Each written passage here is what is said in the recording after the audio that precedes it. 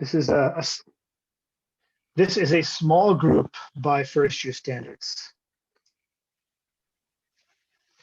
Absolutely tiny. It's about the size. It's a bit bigger than my grad class. It's about 50% bigger than my grad class. Okay, welcome. Welcome. I'm Robert Fleissig, and I'll be running today a workshop for you, introducing to a bit of design thinking. I'm going to spend a little bit of time. I'll quickly go over what we're going to be doing. First of all, just so that you've got my. Wait a second. Sorry, is my screen being shared? Part of your PowerPoint isn't visible. It seems minimized. Okay, let me try sharing it again. Okay, now is that better? Yep, that's perfect.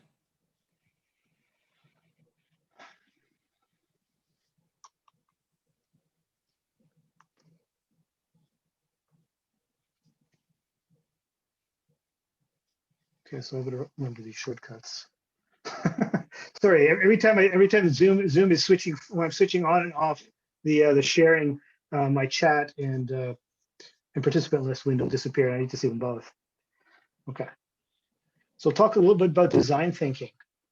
Just curious, before we move on here, and I introduce myself a little bit, how many people here have heard prior to being involved in Google, the Solutions Incubator, the notion of design thinking? If you have, just put up your hand in using the Zoom feature.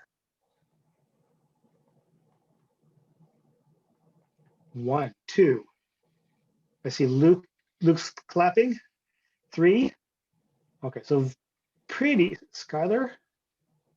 Okay, so maybe another 1 or 2. Okay, so not very many. All right, so that gives me an idea. Okay, so some of you probably already know me. As I teach design in the Faculty of Engineering, I'm one of the instructors for the 1P13 first year course. You probably haven't seen me much there yet because we haven't started Project 4. Some of you probably saw me teaching 1P03, which I've been teaching for a year and has been folded into 1P13. Right? I also lead a Master of Engineering Design program in the School of Engineering Practice and Technology, which is one of the departments in the Faculty of Engineering. If you need my coordinates, my information is there and how to reach me. All right. So as you can see, I'm an associate professor there. My background is actually in mechanical engineering from Waterloo, and I did my research work in something that was probably a lot closer to computer science with a bit of mechanical engineering in it. And then I went to work for a .com startup, which for all practical purposes was my 4th degree. Learned a great deal working there, and a lot of what you'll see today, or a lot of what I learned how to design, really came from working at a startup. And incidentally, despite the fact that I have a mechanical engineering background, I did a great deal of developer work in coding, especially in my research and working for the startup. I became a pretty good C++ programmer. So in terms of Zoom, just a couple of things I'd ask. I do appreciate it if you've got your email address, would you please replace that with your name, so at least your first name, so I can name you if I see you in the list or you say something. As I think is normal, please mute your microphone unless you're speaking. I do love it when people have their webcams on, but what I do ask, if you're going to speak in class or in the breakout rooms, please turn your camera on at that time. Right. Again, we'll use the raise hand facility in Zoom to ask questions. I have, like I said, the participant list open, and if I'm missing something, I think Reed may just prompt me. Again, you're welcome to use the chat. Please use it to encourage your peers. Right, if somebody's done something well, then please let them know. Right, ask questions, answer them, etc. So please keep the material in the chat to workshop-related discussion. Right, and I also recommend that you maximize your Zoom screen and put everything else away so you can pay attention to what's going here and not be distracted. Okay.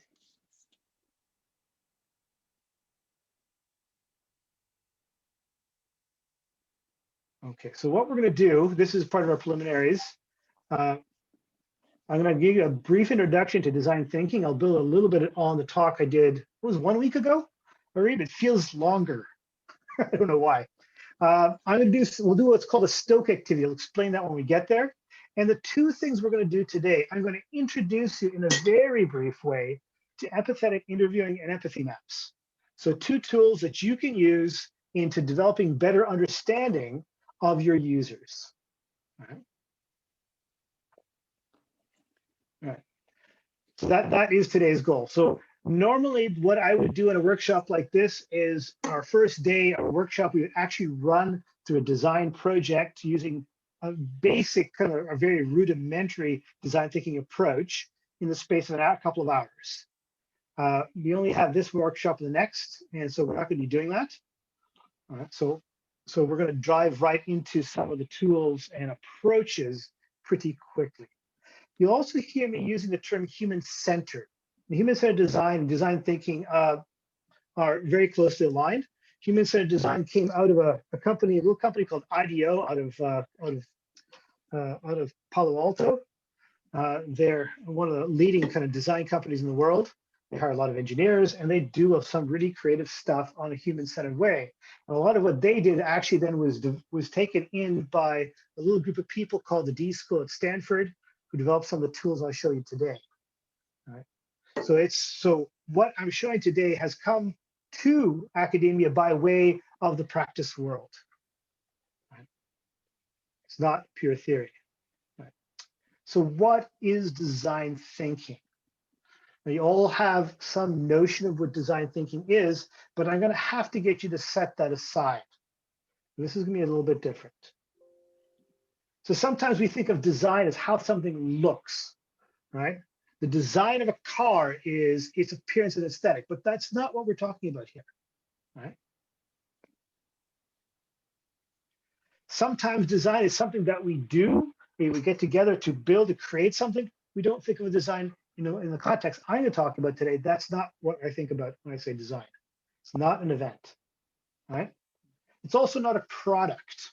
It's not the outcome. The design is not what I'm talking about today. It's not what Apple creates, as a product, right? It's something different. And so design is also not an experience. It's something you go and do, right? There's an experience involved in designing for sure, but it's not the experience. Right?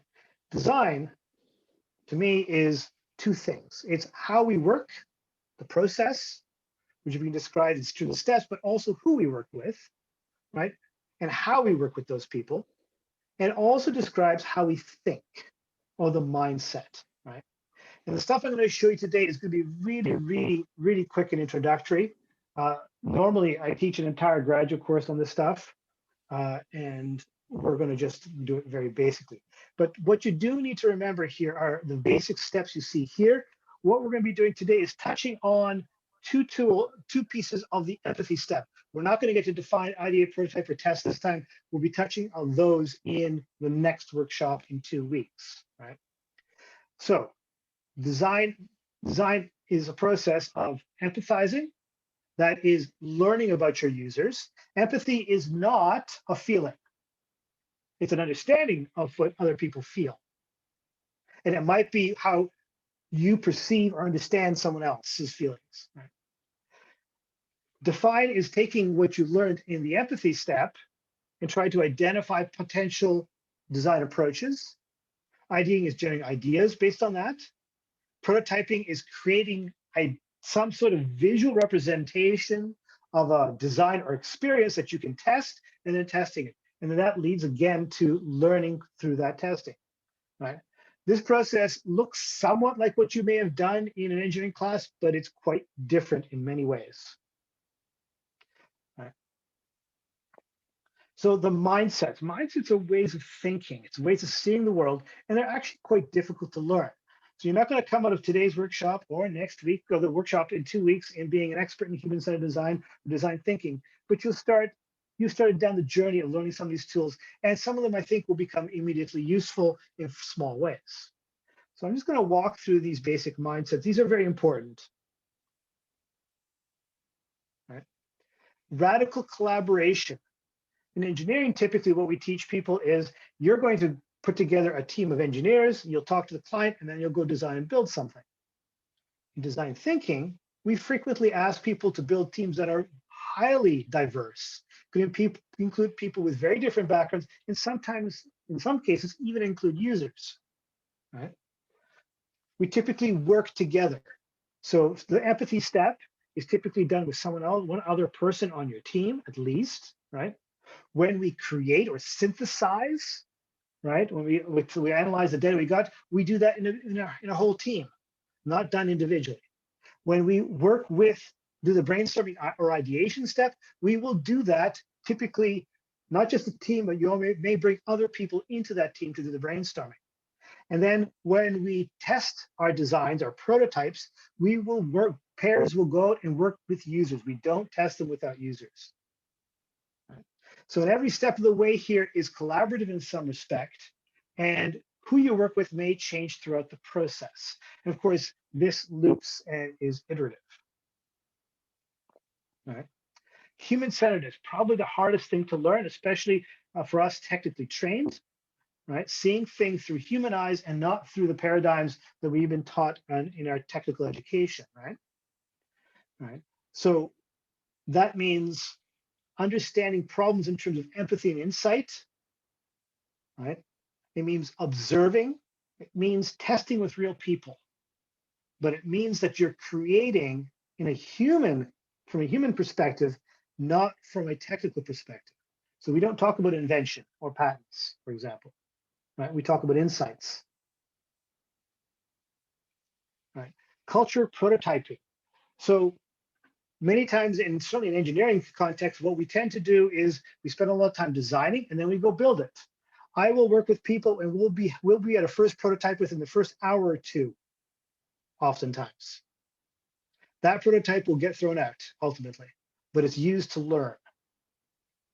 So we tend to iterate very, very quickly, and we want to get to something we can try very quickly. Right? We don't wait a long time.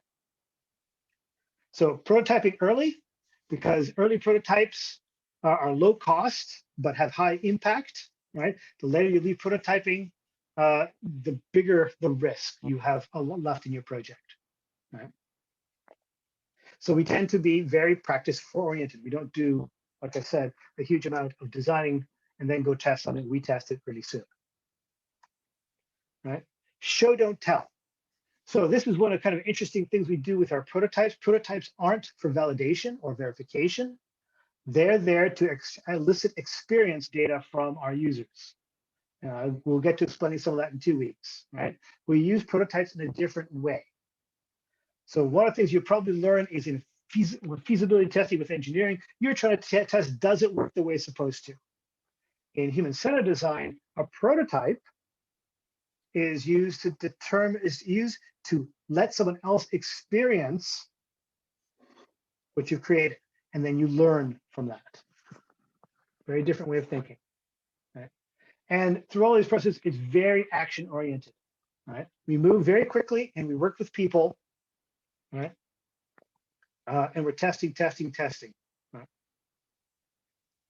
And we're also very mindful of this process that we're always thinking about and reflecting on what we're doing. Does it make sense?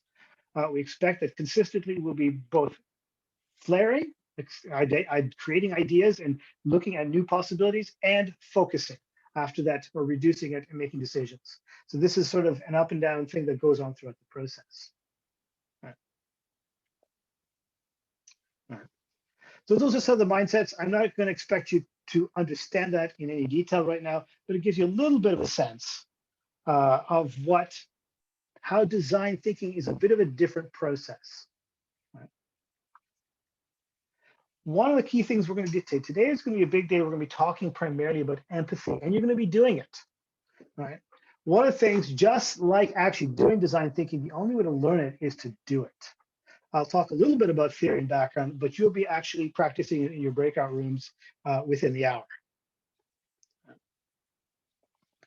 One of the things I've learned working, I know as an engineer myself, and many of you are engineers or are technically trained or scientifically trained for that matter, is that what we don't do in this process is we don't go to a client and ask them what they want.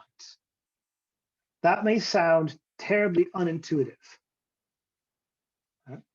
What we want to do is work with people to develop a deeper understanding of who they are, not just what they want, and that's sort of useful, but it can be misleading, right? But what actually is important to them, what their beliefs and values are. Those things help us actually create solutions and approaches that are not obvious. That's the key. The key here is to think about this not as a linear process in which I go and ask the client what they want, and then I go build something. Where this is a testing and experimental process where I try to develop understanding. Empathy is understanding of the user. And you're all familiar with empathy, or what are called internal or mental models of people or culture. So how do you know how your loved one is going to react to that Christmas present you came up with, that you purchased? How do you know that? Sometimes we don't. We're not very good at it. Sometimes we do. How do we know that? We've learned over years, we developed a mental model of that person. And when we came up with our Christmas idea, we tested against that, right?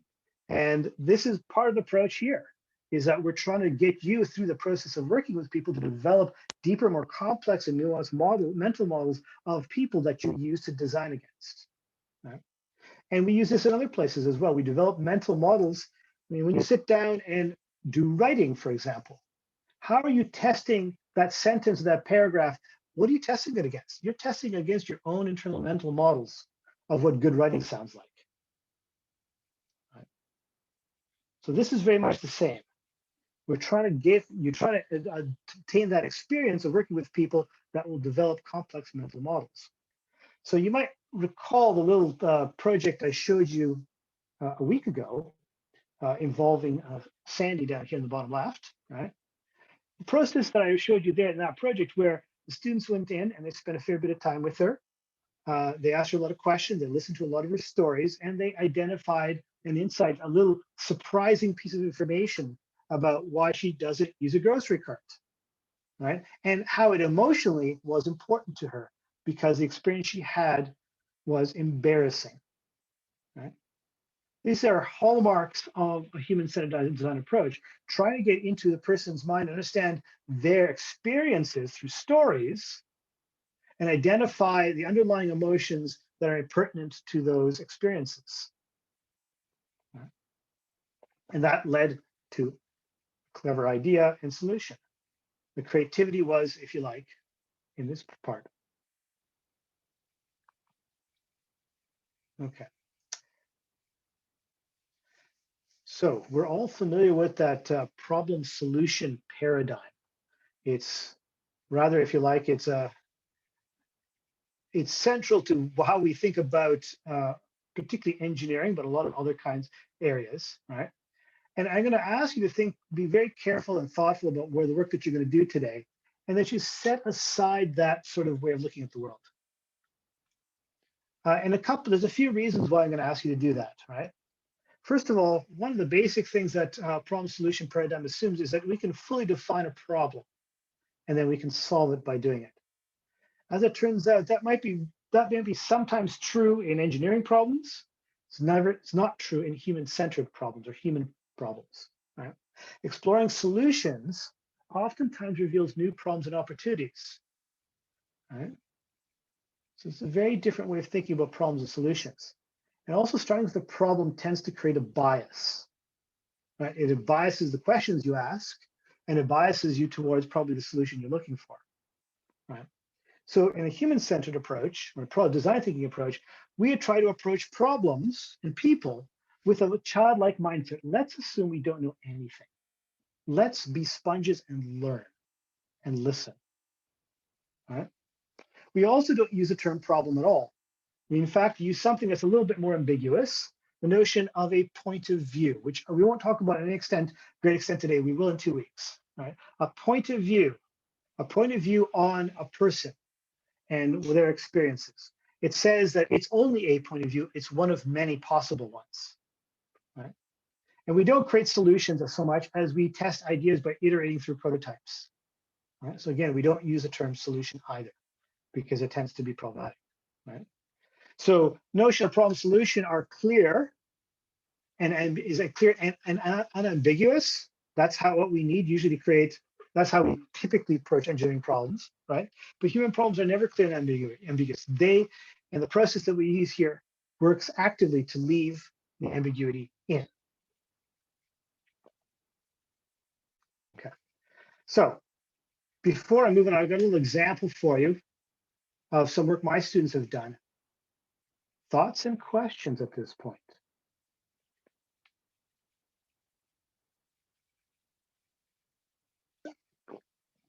I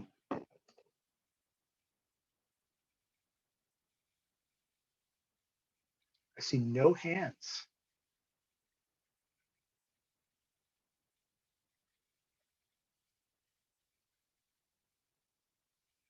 Someone's got to have a question.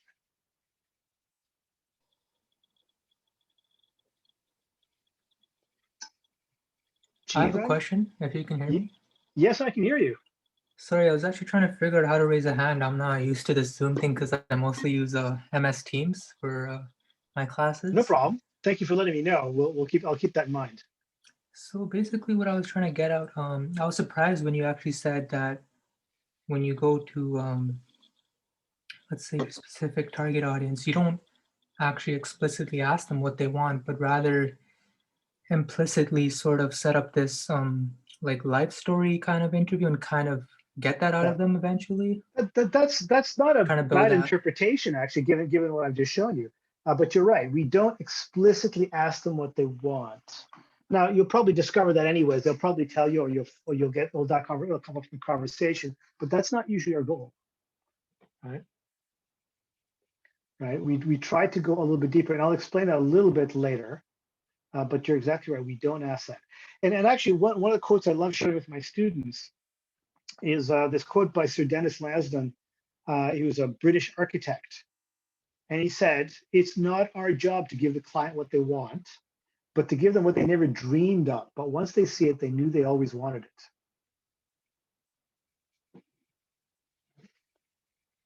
It's our job to imagine, right? Okay. Thank you for the question, by the way. Okay, so let me show you a little project here, and I'll put a little bit of a background on it so you know it. But it's really, really simple. And I think you'll see the human-centered sort of perspective on this project.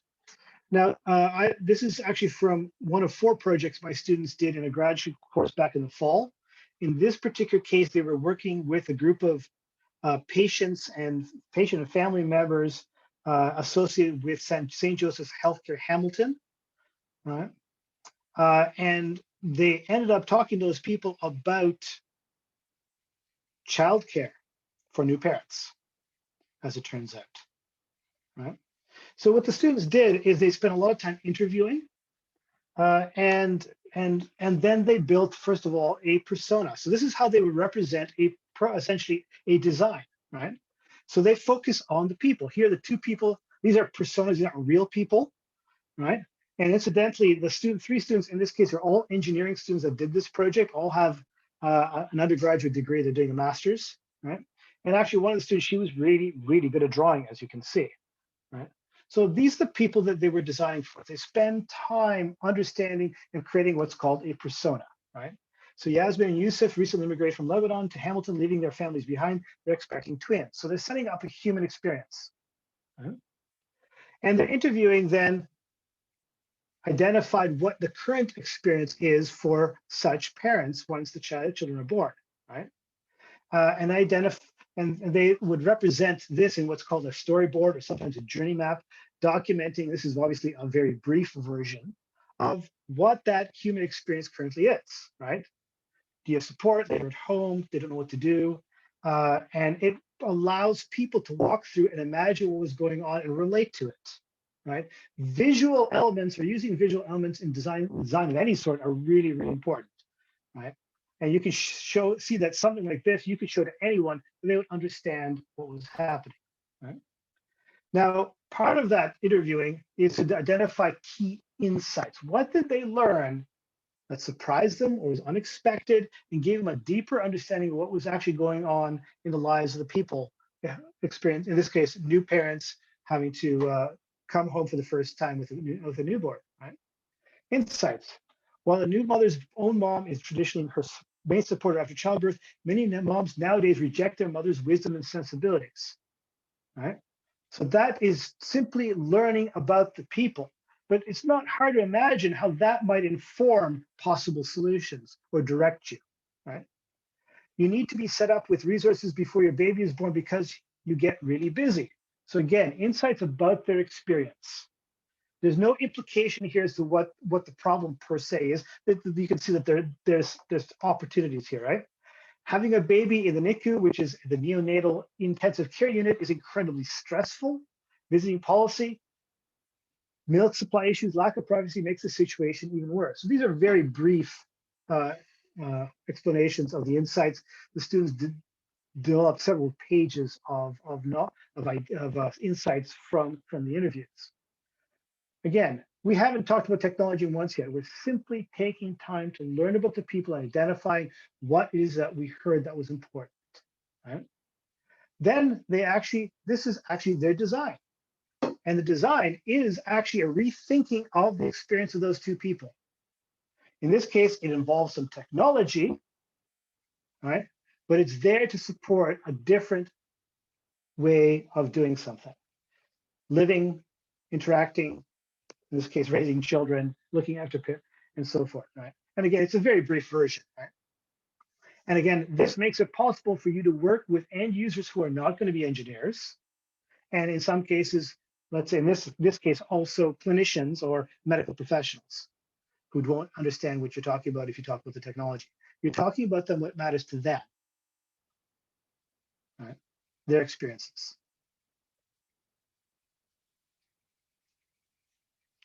Questions?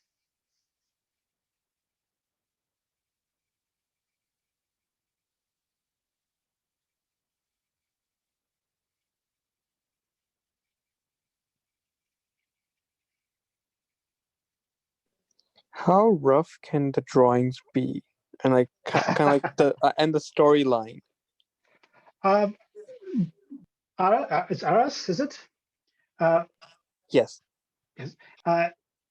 They're going to start out very rough. So this is obviously the students have cleaned this up for the purpose of a presentation. But typically, we don't want you to do that. When you're working and trying to generate ideas and making sense of things, you want to work very quickly and very roughly, right? So this is not so much in process as it is an outcome. It's still early design work because obviously there's very little in terms of specifics, but that actually was an excellent question. Hi, I had a question about the personas. So are they like fictional, but like based on people we interview, or are they like? Yes, that's typically how they're done. A persona, that's exactly what a persona is. It's a composition of yours based on what you've learned, right? And the names are usually made up. We won't use the names of the people we actually interviewed for privacy reasons. Okay, thanks. But one of the things you'll notice, Melissa, is that by picking actually naming a person and identifying who they are, you're able to get into the actual specifics of their experiences. We don't deal with marketing data here. We design it for actual human experiences. We don't deal with aggregate, that is. Okay. Other questions? Those are great questions, by the way.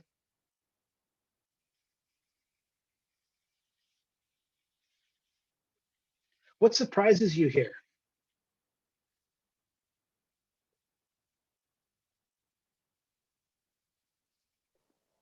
How real the scenario kind of looks.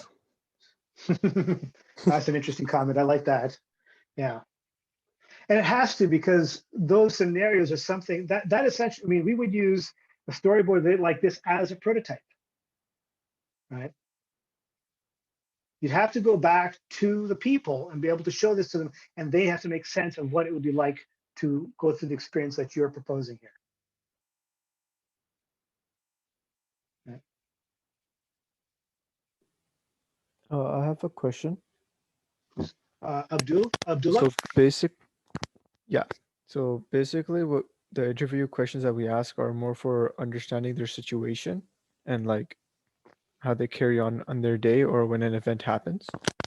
That's part of it, yes. So you'd be looking for those experiences sort of in terms of what they do, but we'll also be looking at, we'll be going to this in a few minutes actually. We're also going to try to understand what they're feeling and thinking. All right.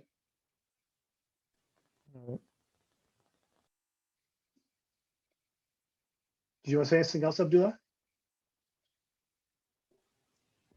No, that was it. Okay, thank you. Anyone else?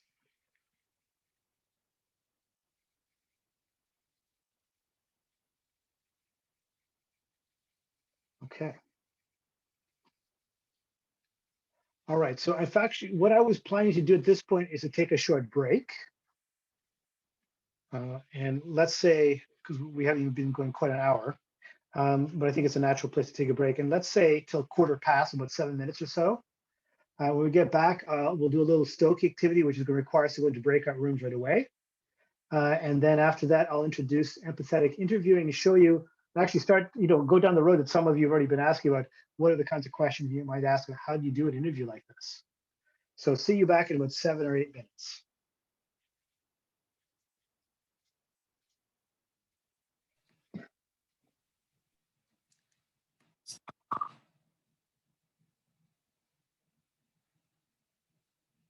While we're waiting for everyone to take a break, I wanted to get some insight from you guys and see what sort of problem spaces you guys have been looking at. I haven't had a chance to meet with all of the teams. So if you guys have thought of, problem spaces or brainstormed ideas, please feel free to share right now. I'd love to hear what you guys are looking at.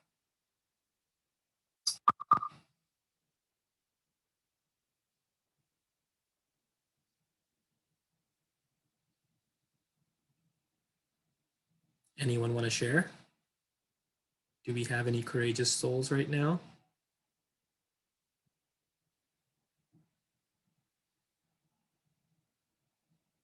Hey, Dorian. Hey, how you doing? Sorry about my lighting. How are you doing, Reed? Doing well, thank you for asking. How are you? I'm doing excellent. Just popped out from my iBio lab and then the Formula Electric thing, and now I'm super grateful to be here and contribute to the group as best I can. That's awesome. What? But you were wanting to know about like problem spaces that we're looking at and different ways that we're hoping to kind of solve or help contribute to a solution within that field. Is it okay if I start off with the one that my group was thinking of? Yeah, absolutely. That's what I want to get to here. What sort of problem space are you guys looking at specifically, and what sort of? Perfect. Thank you, Reed. So my group, we're still trying to like really get some good work in narrowing it down. But one thing that we realized that that personally, like our age group has trouble with, like university students, older high school students or younger adults, is branching out, figuring out what new skills you want to learn and how to develop yourself personally. So that way you can shine out, you can shine in those job interviews, those interviewing sessions, you can really set yourself apart. So what we've done is we're thinking of creating some kind of, especially with the pandemic now, where most people are separated and not together, we're trying to find a way to bring people together to learn a new skill, whether that's whether your hobby is coding or whether your hobby is maybe design, maybe entrepreneurship. We're trying to find, we still haven't narrowed it down how we want to do that yet, but we have a few ideas and we want to just get people learning together to bolster their skills and get out into the world and learn new things.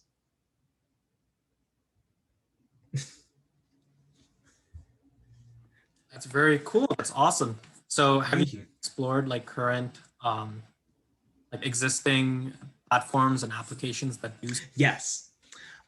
So we haven't done too much in-depth research, but what we're essentially building sounds a lot like maybe like Masterclass or Coursera or lynda.com. But the main aspect is that we want to, our unique selling proposition is that you are working together with friends that you have. So it's really easy to say, hey, I want to wake up and hey, I want to learn C#. It's easy to say it. It's harder to do it. But let's say maybe you had a group that's already going along doing it, or maybe there are some milestones that that you can accomplish with other people. It might be less daunting, and people will be more likely to, oh, Kylan, yeah, perfect, yeah. So you can jump on in. We're in the same group. So the idea is, if you're gonna learn a skill, learn it with other people, because you can also help them and you can gain new friends. So social media with lynda.com. Very cool. Thank you. But we have no idea if it's going to work. It's just some of the ideas that we all kind of brought together. It's an amalgamation of all of our thoughts. So we still definitely really do need to pare down, prune a little bit, figure out where's our niche, all that good jazz. So have you guys identified who your end users are going to be? Is this platform for like university students, high school, young professionals? What's the kind of like target audience that you're going for, target user base? 100%. Kylan, feel free to jump in anytime. We are primarily aiming for a customer base that's relatively around, or we said about 18 to around 36, because that's the time where you don't have much experience. You're looking for maybe your first real job. You maybe worked at like No Frills or the supermarket before, or maybe co-op, but you need a steady job now, and you need something to set you apart from the crowd. So we're going to be marketing, saying, hey, learn a new skill, shine bright. This is how you can do it with our program. But we don't want to limit ourselves. Sorry to cut you off, Fareed. We also want to say, like, you're never too old or too young to learn a new skill. So the idea is to target towards that age group, but to also keep it open and accessible for younger and older audiences alike. 100%. So yeah, it's really in the early stages though. We're like this is a bunch of hippity dippity stuff, so we really have to like figure it's this just out. like a brainstorming session. But yeah, we would still have to try to find some more stakeholders, and as Dr. Fleisig was talking about, like meet with other people, like understand their problem, that kind of stuff. Mm-hmm. Exactly. Like, why do people who do maybe have Coursera accounts or lynda.com or Duolingo, why do they stop engaging? Like, why do they stop learning? What turned them away? And if we can figure out how to counteract that, then we'll be a success within the industry, or at least on paper. Yeah, exactly. Like, so many people have these accounts, and they like buy, they purchase actual like courses, but like never finish them. 100%. Yeah, from a kind of a design thinking perspective, in those kinds of contexts, we like to think about what would our users love rather than what they would not like to have, what their pain Exactly. points, right? And the more you can understand your user, the better you have a chance of figuring out what they would actually love to have, right? Perfect. Okay, so a lot of listening, a lot of understanding, consultation. Yeah. So what are we doing here? We're at quarter past. Oh, sorry. Oh no, not at all. Thank you for the conversation, Dorian. And Kaylin, is it? Yeah, Kylan. Kylan, sorry. It's our pleasure. And sorry, so Dorian, you're in iBiomed, is that right? Did I hear that Yeah, correctly? both Kylan and I are within the iBiomed cohort. Okay, excellent. All right. Okay.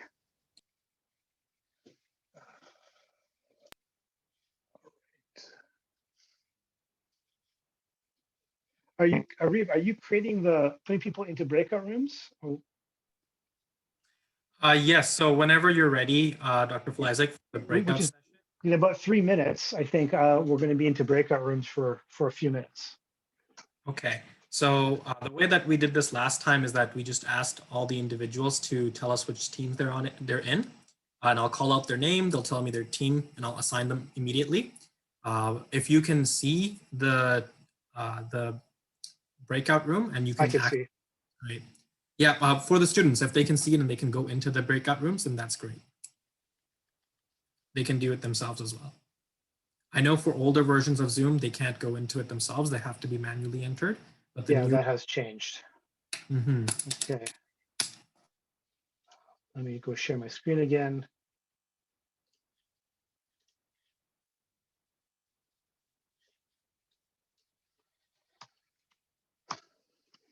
Can you see that, Reeb? Yep, we can see it. Okay, so what I'm going to do is I'm going to explain what a Stoke is, and I'll explain the exercise, and then Reeb's going to put you into breakout rooms for a few minutes. Okay, so one of the things about doing this kind of work with people, it really is creative work, right? And to be able to work that way, you need to create an environment where creativity is valued and where, well, which is conducive to creative work. Yeah. So what we do, or what we sometimes preface our work with is a stoke, some sort of an act that encourages or incites a strong emotion or tendency. So they are simple little exercises that set the mood or set the atmosphere for the following activity. All right. So think of it less of the classroom, more of the playground. So one of the ones I really like, and it really teaches an important lesson, is called yes and. All right. So in creative work, one of the really important things, and one of the reasons we teach students to work with others in creating, not alone, is that the idea is that you're going to build on each other's ideas. That being together, you come up with something better than you would separately, right? I'm sure we've all been in a meeting at some point in our lives, and we all spend much time, or will be spending much time in meetings, right? You propose an idea, and your peer or colleague, instead of building an idea, says yes, to sort of acknowledge the idea that you came up, but then says but, and gives a reason why it won't work. And that's exactly what we want to avoid. We want you to learn that when you're working in a creative context and with others on trying to create something, you want to have a yes and mentality. That when you hear someone else's idea, instead of rejecting it, instead of trying to find out why it doesn't work, or feeling threatened by it, that you accept it as something that might spur you to have a better idea. Right. So this little exercise, which I think should work perfectly well for the groups we've got here, gets you to do the following. What you're going to do is the following. So your theme is going to be get your family out of the house. Given the pandemic, that seems appropriate, right? The first person, and you'll figure out which order you want to do this in, will suggest an idea within the theme. Let's go cross-country skiing, as an example, right? The second person is going to start their response by yes, and we want to also invite Justin Trudeau to our cross-country skiing trip, right? It can be silly. And then partner C will continue, D, and you'll keep going like that for the time you have available. So it's supposed to be fun. It's supposed to be creative. It can sometimes be silly, but most importantly, you're building on each other's ideas as you go around your breakout room. Are those instructions clear? You're all going to work on this theme. Questions?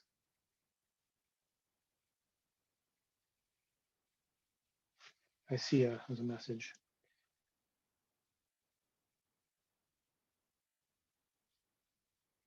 Okay. Reeb, can you start moving people into their breakout rooms? Yep, absolutely. So Luke has pre-assigned individuals as well. So everyone should be able to access the breakout room. Right, Luke? So I have not pre-assigned, but anybody who has access can join the one that is a breakout room, and then I will manually assign people who are not able to. Yes. So if you can go into your breakout rooms, guys, that would be great. It's assigned by the team that you're in.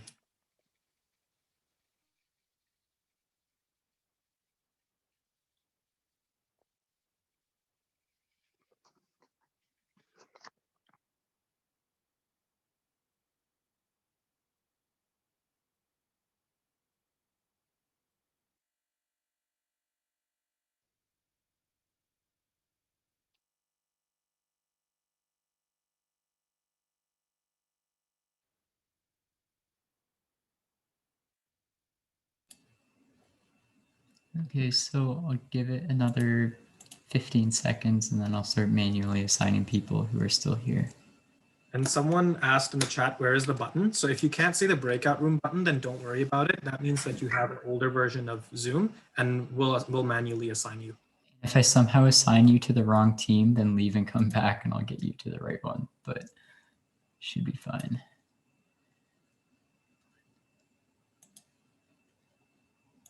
Person at the moment. Oh. Okay.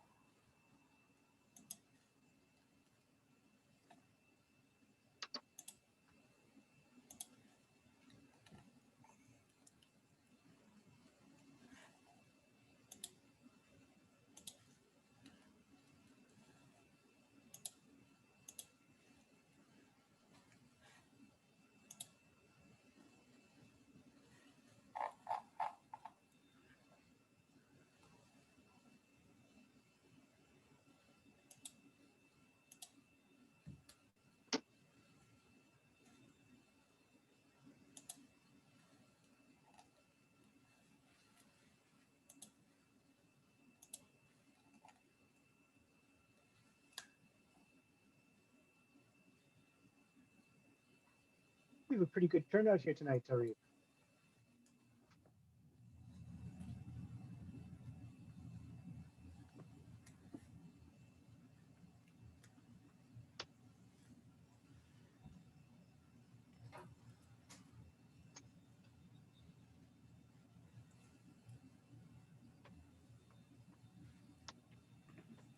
I'm just taking a look at the members in our breakout rooms, and I see that everyone has at least 3 members, and the maximum team, 6. the highest number of members in the team is 5 right now, actually. So actually 6, yes. Room 12. Has 6.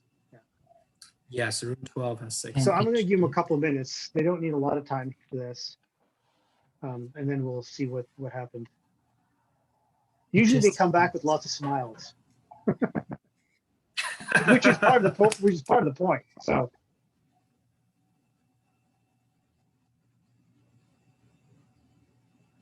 I'm curious if we're going to start getting more people now that it's 6:25 and the 5:30 to 6:20 classes are just ending. that must be one of the labs. Probably the first shift. It's that many people.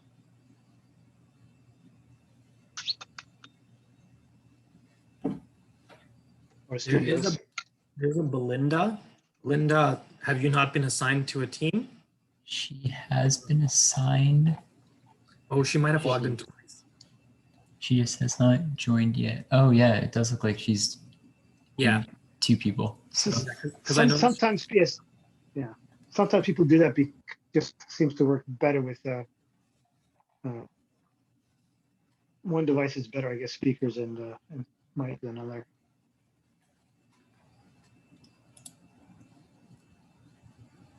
Oh, okay.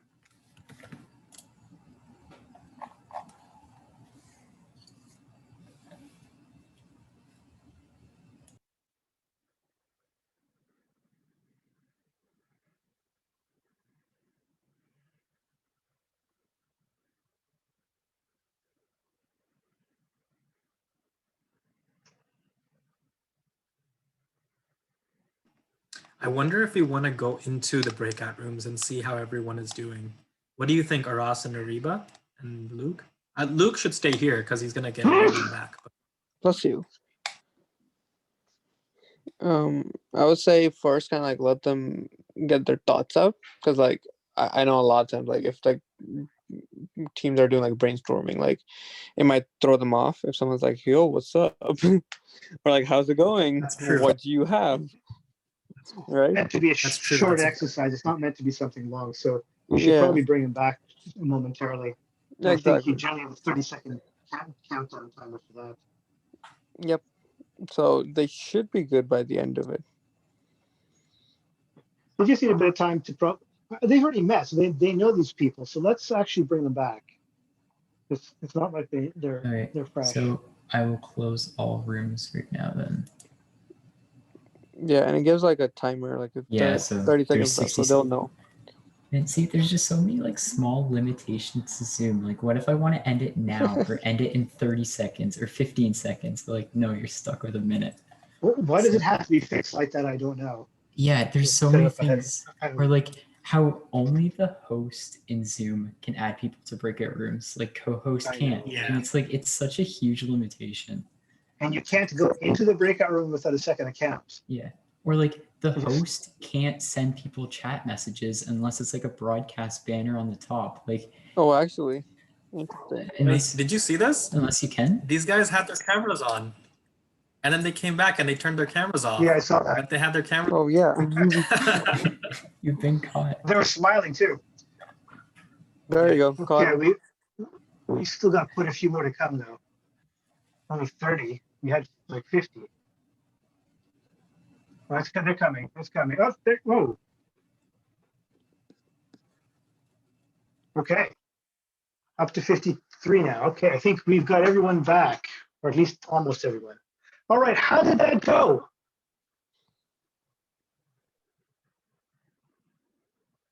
Aras, do you want to say something? It was No, I was just muting myself. Okay.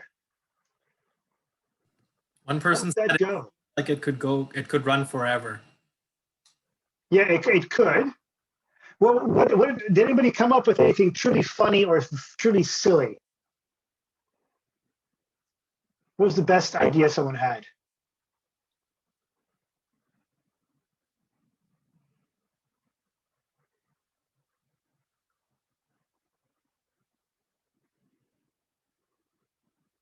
Does not anyone want to just? Someone said, oh, actually, Dorian says picnics in the snow. I like that. Very good. Using fireworks, yum. Okay. Play some basketball. Thank you for the chat's a great place to share your ideas. Start a fire in the house. Chuck E. Cheese in a hypothetical situation we were in. We were 7. We were 7. Alarm.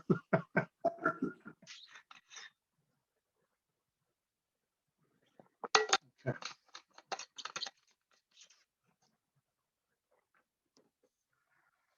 All right.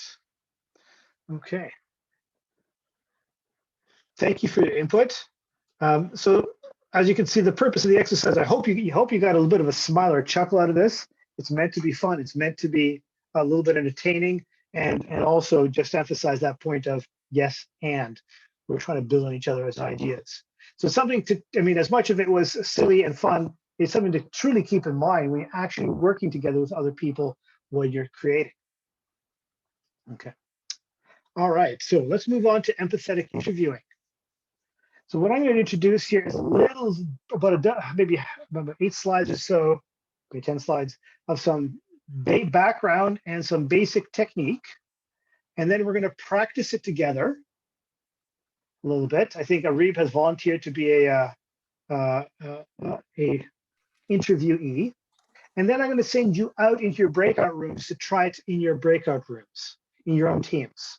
And what you want to do there is pick someone in that group to act as interviewee, and then you're going to try and ask them questions as a group. All right. So basic technique here. So empathy is the ability to understand and share the feelings of others. So again, emphasizing it's not about you feeling what other people feel or feeling sympathy. It's rather understanding and be able to understand not just what they think or why they do things, but also what they feel and why they feel it. Right. So empathize or empathy is deeply important for design thinking because it develops that understanding of the people you're designing for, right? And in many cases, it's easy to place our own understandings in where we should be developing understandings of others. It's easy to design for ourselves. It's much harder to design for others, right? So be able to develop a design that really makes sense to someone else means you need to develop empathy for them. Right? Now, empathizing can happen a number of ways. Empathetic interviews is just one approach we use. We also use methods of observation and immersion. I've had students who have spent time in environments acting like end users or patients, right? And what you're trying to do here is develop those or identify those insights about human behavior. What are people doing? But most importantly, to me, one of the most important questions, empathy, is why is somebody thinking or feeling or doing something? The why helps us understand, right? The hard part here, of course, is looking at it with a fresh set of eyes. Be able to actually examine the situation and listen to someone without bringing your own biases to the context. Right? So seeing things and simply being an observer. Right? Engaging with people does reveal a tremendous amount of information about how what they think and what they value, right? And ideally, what you're looking for is what you don't anticipate, what you didn't expect to learn, what you didn't know about. There's a lot of information you'll get that is fairly obvious or surface level. The stuff that's hard to find can take a lot of time.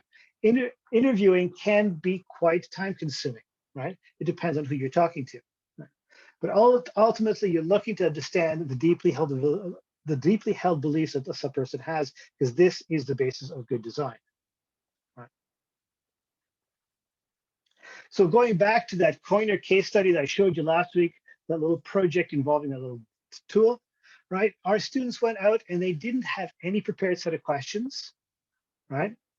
It took them a couple of interviews to actually set up what they want to talk about, but they helped Sandy, the interviewee, tell her stories. They encouraged her. In fact, a good interview is where the person that you're interviewing is actually doing almost all the talking and you're only guiding, right? That you're not having to ask questions very often. Right? Designers could not have known about why the user was going to bring her grocery cart. They had no idea of that, what of this story prior to going to talk to her, right? And what happens is through the process, you need to be able to react to what you're hearing and ask follow-up questions to help dig deeper, right? So you're developing empathy as you go, and that's helping you spur new questions. Afterwards, I'll show you the empathy map tool, which is a way of analyzing the stories and insights that come from asking the questions and having the interview. Right. So again, let's not confuse this with which perhaps you're familiar with listening. You're going to decline to hear what they want. You're going here for a very different kind of interview. It follows a very different path. Right. So for interviewing, we try to uncover what we don't know about. This will help guide our innovation efforts. And sometimes it also helps identify who are the right users we should be designing for, right? And what are the underlying emotions that people feel through their experiences, right? As much as we like to think we're rational creatures, much of our behaviors and actions are dictated by feelings and emotions and not so much by rational thought. So a typical interview looks like this. Right? Now, we're going to show a very much shortened version of this, very much simplified.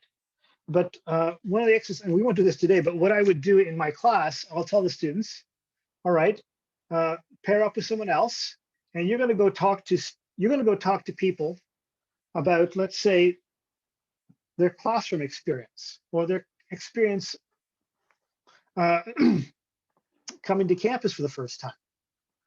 And I will send them out to actually talk to complete strangers. And that's usually how we do it. Right? Here we don't have that luxury to do that today. You'll be talking to someone you know. So this process will be a little bit shortened and a little bit easier. Right? But typically what you're going to do, you'd be going to up to someone probably doesn't expect to talk to you at all. You're going to introduce yourself. You want to explain what you're doing, right? Who you are. The moment you say you're a student, that usually is a really good starting point. People are a bit more open to that. You're not selling anything, right? You need to explain what your project is, why you want to talk to them, and what you're asking them to do, right? Right, and that's the starting point. Once you have consent, and sometimes people will ignore you or just say no, and that's fine. You may have to talk to a few people before you find someone to speak with. You start to build a little rapport with that person. You may have to explain a little bit about yourself. You might want to engage them in hearing something about them, right? it's hard for people to open up and tell stories that involve particularly emotions to complete strangers. So this process of building rapport can take some time, right? It may require multiple interviews in some cases, right? And the goal here is to get that person to talk to you about their experiences. So you've identified probably some area of experience you want to talk to them about. And then what you're going to do is help them along to get them to tell you about things that have happened related to that experience. The more specific they can get about where it happened, with whom, when, and the story and sort of the events of that experience, the better, right?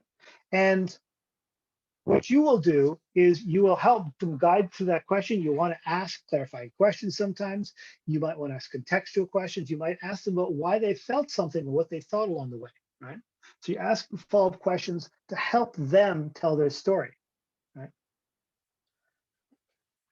Right? Throughout this process, we typically do this in pairs. Right? Today, you're going to do it in your breakout rooms, you're bigger than pairs.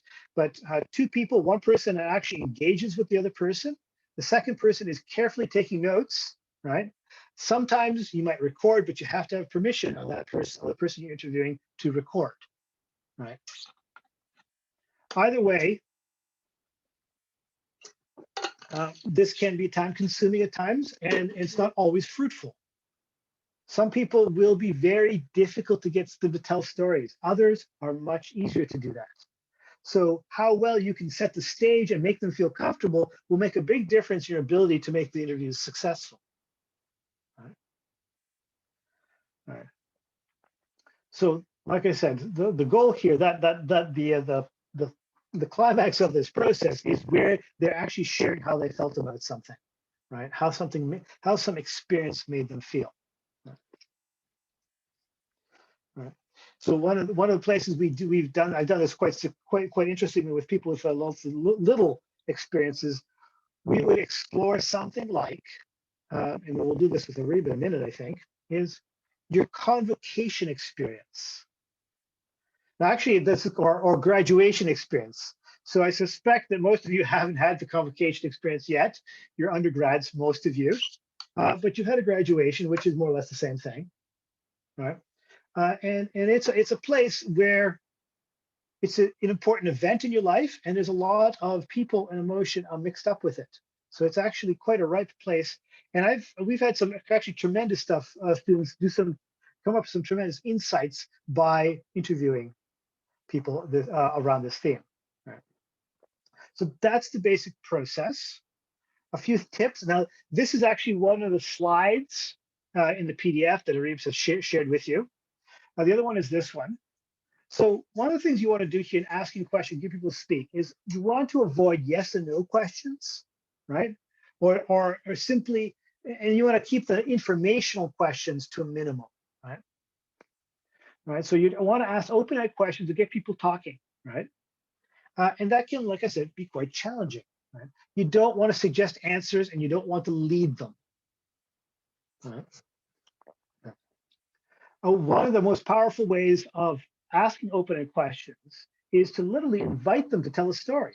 So a really good starting point for the sentence can be, can you tell me about a time when, and that helps people, and you identify that instance, helps them talk about it, right? You want people to be as concrete as possible, not to tell what usually happens, what happens sometime, but can you tell me a specific time, place, and with certain people, right? That's why one of the reasons the graduation experience works well, because that's not something that happens often, right? There is no usual, right? Your job is to ask follow-up questions. Part of that is to seek emotions from those individuals. And sometimes what happens is people may stop and think, and you have to let them do that and just pay attention to them, right? We also teach students to be aware of nonverbal cues. Body language sometimes tells you a lot, right? And it's also important that you engage with those people, that you are clearly showing that you're paying attention, right? You're not looking somewhere else. You're not fidgeting. You're paying attention to them, that their stories are really important, right?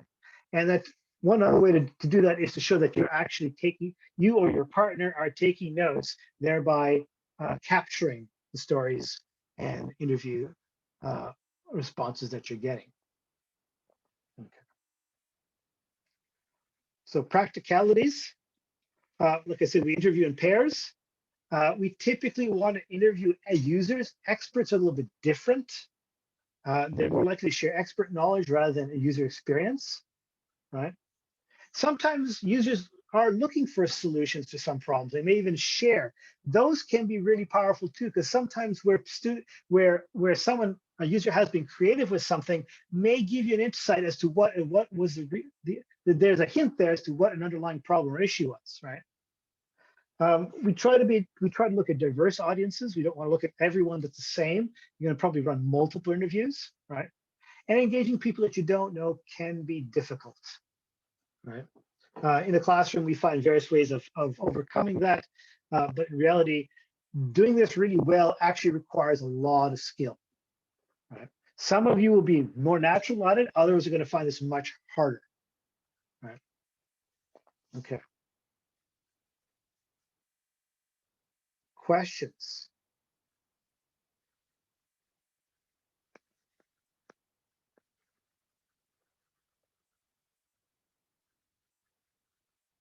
Okay.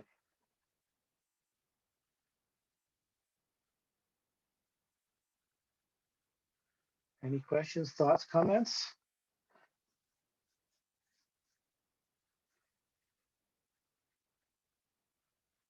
Okay. So what we're going to do is this. I'm going to start an interview with Arib. And I'm going to get it kind of kicked off. I'll get him to ask a couple of questions. And then I'd like some of you to start stepping up and try and ask questions as well. All right. So that you start, and then I'll give you a hand with that. And we'll see what we can get, right? We're trying to get Arib to tell us a little bit of, like I said, our theme. And the way we're going to approach this is we're going to say that the theme, if you like, we're going to reimagine what our job is as designers in this case on this kind of problem. It would be to reimagine the convocation or graduation experience, right? So there's no implied solution. We're just trying to rethink. We're trying to gather understanding of what his experiences are, what's important to him, to reimagine what that experience might be. And there's considerable opportunity to insert technology into that new experience. Okay. Any questions? You guys are really, really quiet tonight. You must have had a really long day. Ahmed. Yeah, I wanted to ask, you mentioned that we shouldn't be asking informational questions. What is an informational question? Oh, I'm not saying you should. It's rather, that's not the goal. Sometimes you need to ask informational questions. For example, one of the first questions I might ask Arib is, have you experienced convocation? Maybe Arib skipped convocation, didn't go, right? That basically like that, right? So that's not giving me much information. It just gave me basic information. You need that sometimes to actually be able to ask some of the deeper questions and open-ended ones, right? Does that help, Ahmed? Yeah, that helps. Thank you. Anyone else? Other questions? Okay.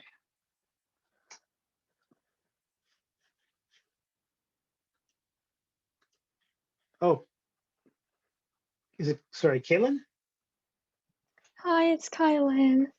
Kylan, sorry. I was wondering like whether like there can be connections drawn between both empathetic interviewing and motivational interviewing, as in like both of them, like you sort of go in with the open mind, and you try to get Yes. like information from them while not leading them to any solutions. Like, are there any other I guess similarities between them? Yeah, some vague familiar with motivational interviewing, and I came across it some time ago. But yes, I recall myself also seeing the parallels, right? So if you've had some training motivational interviewing, that'd probably be very helpful here, right? I can't, I don't often know about it to identify what the differences are. And there may not be any significant ones. I don't know. Okay, thank you. You're welcome. Okay. Arib. Okay. So he's got his mic on. Okay, so hello, my name is Robert, and I'd like to take a few minutes to interview Arib.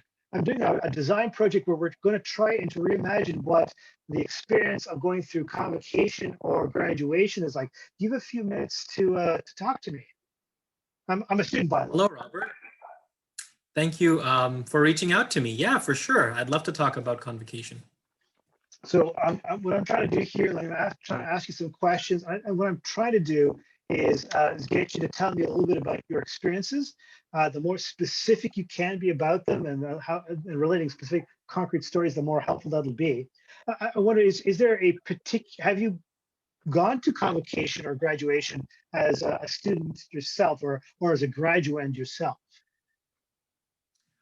Not for university, no. I've gone for my high school graduation, Excellent. but not university. So I wonder if you could tell me a little bit about that high school graduation. Can you tell me about when that happened, perhaps where, and who'd you go there with? Yeah, absolutely. So my high school graduation happened in 2015, and my high school was actually walking distance from my house. And I remember everyone was, super excited. We got together in very formal clothing. We were wearing suits, and everyone got together at the school beforehand to talk about our experiences. We were invited, just a bit beforehand before the ceremony began, and it was just a very momentous occasion for all of us. We were taking pictures and recounting some of the stories of our experiences. And yeah, it was a very momentous occasion for all of us. Wonderful, Arib. Can you tell me a little bit about those stories that you were sharing, and who you were talking to, and what are the kinds of things that you were sharing? Yeah, so I was talking to all of my friends, all of my teachers, my siblings who also attended this. Sorry, not my siblings, but really my parents and my family that have seen me grow up in this high school, and we were kind of just sharing stories about the fun times that we've had, the stressful times that we've had, and we went out and talked to some of the teachers about what they enjoyed about teaching us, and what their kind of like memories of us would be, and if we could come back and see them again after we graduated. Wonderful, thank you, Arib. So just stepping back for a second, so Reeb has actually revealed some really, really nice little stories here. There's not terribly concrete yet, but the fact that what was really enjoyable to him, we're oftentimes looking for that there's an emotional element clearly there that you've sort of already volunteered without much prompting about what you loved about that experience about the graduation, right? So can I ask someone here among the participants here, how would you continue this conversation with Arib as the interviewee? Dorian, are you thinking about something? I can see the gears turning. Thank you. Thank you, Doctor. In regards to keeping the conversation going, I would definitely politely ask Reeb to elaborate more about the positive experiences he had during graduation. I would actually open up a little bit about myself. I just recently graduated, but because of COVID, there was no graduation. So I could actually leverage this opportunity to ask Reeb to explain more about how he felt. I was just noting down to just like ask, if you had to explain what high school graduation was to somebody who never went to a high school grad, how would you explain it to them? And what were the emotions that you felt when you walked across that stage? Okay, excellent. Do you want to try that? Give that a try, Arib? That's a loaded question. Okay, so lots to unpack there. I'll start with the very first one. How would you describe what graduation is, high school graduation, to someone who's never had one? So I would start off by saying that it's basically a celebration of an academic achievement in your life, and all of your family and friends get together, and you are with your graduating class, and you are recognized for the work that you've done. So if you've excelled in a certain subject in school, then you're recognized and given an award for that subject. And this is kind of like a farewell sort of occasion where you get to say goodbye to all of the students that all the friends that you've kind of grown up with and learned with, and you get to say goodbye to your teachers that have taught you over the course of the 4 years, because now you're moving on to another stage of your life. You're going to university, which may or may not be in the same hometown. And so that would be kind of removing you from the experience that you've had so far, and you may never get to see these people again. So it's kind of a celebration, but also so this, I guess this is a great segue into the second question. How did I feel? I felt excited about being at that stage in my life. I felt melancholy. So there was a little bit of a bittersweet sort of element in there, because you're saying farewell to all these people. You're saying goodbye to all these people that you've kind of grown up with, and you might not get another chance to see them again.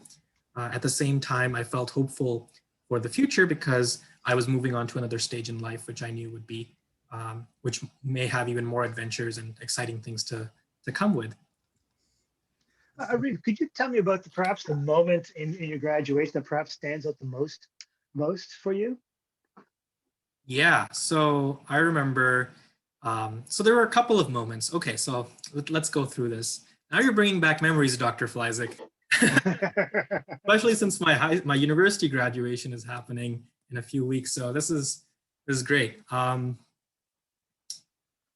So one moment that I think was really momentous is that I got the English award for grade 12 English in high school. And it's kind of really, it gave me the confidence to really think that I had proficiency in a language and that I could potentially pursue this as a career. I didn't end up doing it, but it gave me that confidence that I could then go and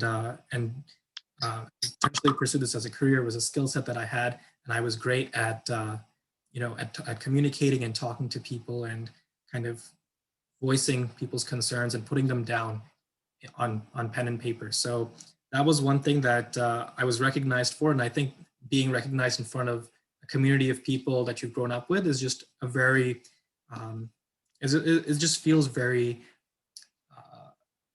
it feels very heartwarming, because you feel that you've been recognized for something that you didn't really know that you had. You didn't know you had the skill, but someone, a teacher or a mentor, recognized that in you, and they gave you an award for it. So that was one thing.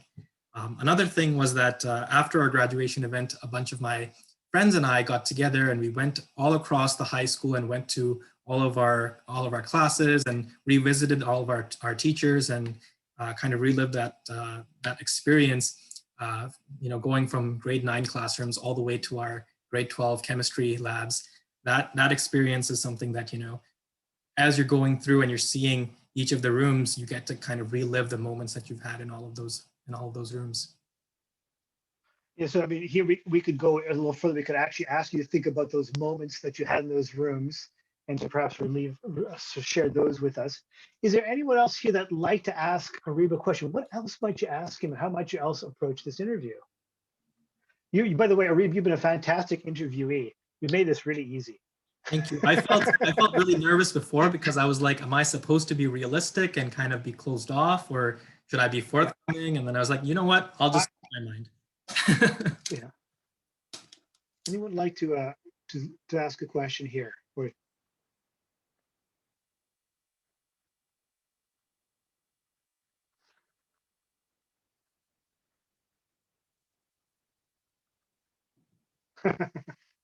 okay. No, we don't have anyone? Okay. All right. In which case, I think this kind of interview could go on for quite some time, trying to get those stories. I could see going into a little bit of your past experiences, try to perhaps understand a little bit more about that award, why it was so important to you, right? Who is it? Who is perhaps the people that you connected with? What were some of those experiences? Because ultimately, you're looking for, when you're thinking as a designer, you're thinking, what are those things that I've learned about you and your experience that I could further strengthen, improve, or increase? And one of the things we discovered, really, one example I had from one of these exercises was a particular place where an individual had a poignant moment was a note they had received from their professor congratulating them on their, as a personal note, congratulating them on their graduation and noting some sort of shared experience they had, right? And that sort of little thing then led to actually a number of sort of design ideas on how this could be part of actually a normal graduation, right? All from that experience. Okay. So what we're going to do next, because I think that gives you a bit of a taste, and we don't have a lot of time here. I'd like you to actually send you into your breakout rooms to do exactly what we just did. And I'm going to ask you to do a couple things. One is you need to pick one person in a room who's going to be the interviewee. And let's use the same theme.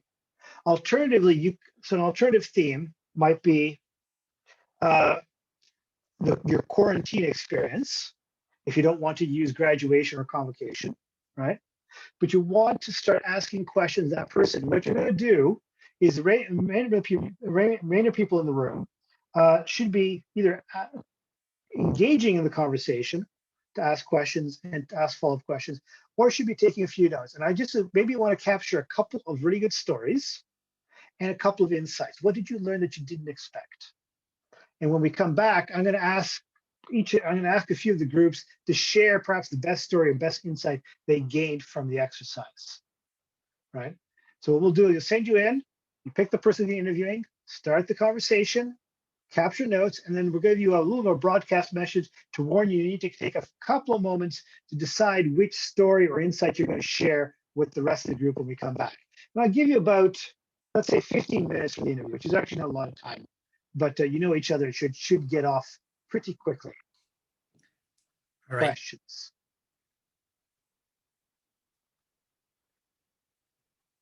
Is that clear?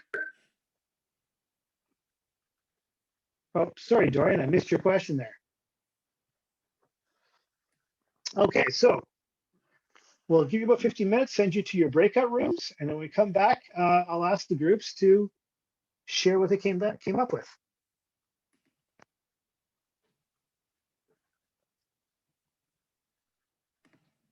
So all of the participants have been invited to their respective breakout rooms because they've already been reassigned. So yeah, so this should be pretty quick to get them there. Yeah, although some people might still, because they trickled in after our previous breakout session. So I'll just. I've always had some people that don't seem to enter the breakout rooms for no apparent reason. I don't know why, but it seems to work that way sometimes. And oh, it looks like it worked out. Everyone went to their respective. Yeah, it did. And is Aras a participant or an organizer? He's our operations lead, so he's helping with organizing this. Yep. Just helping out. Oh. Hey, Parth, do you need to be assigned to a breakout room? No, I just accidentally left just now. Okay. Yeah. You know where you're going, right? Yeah.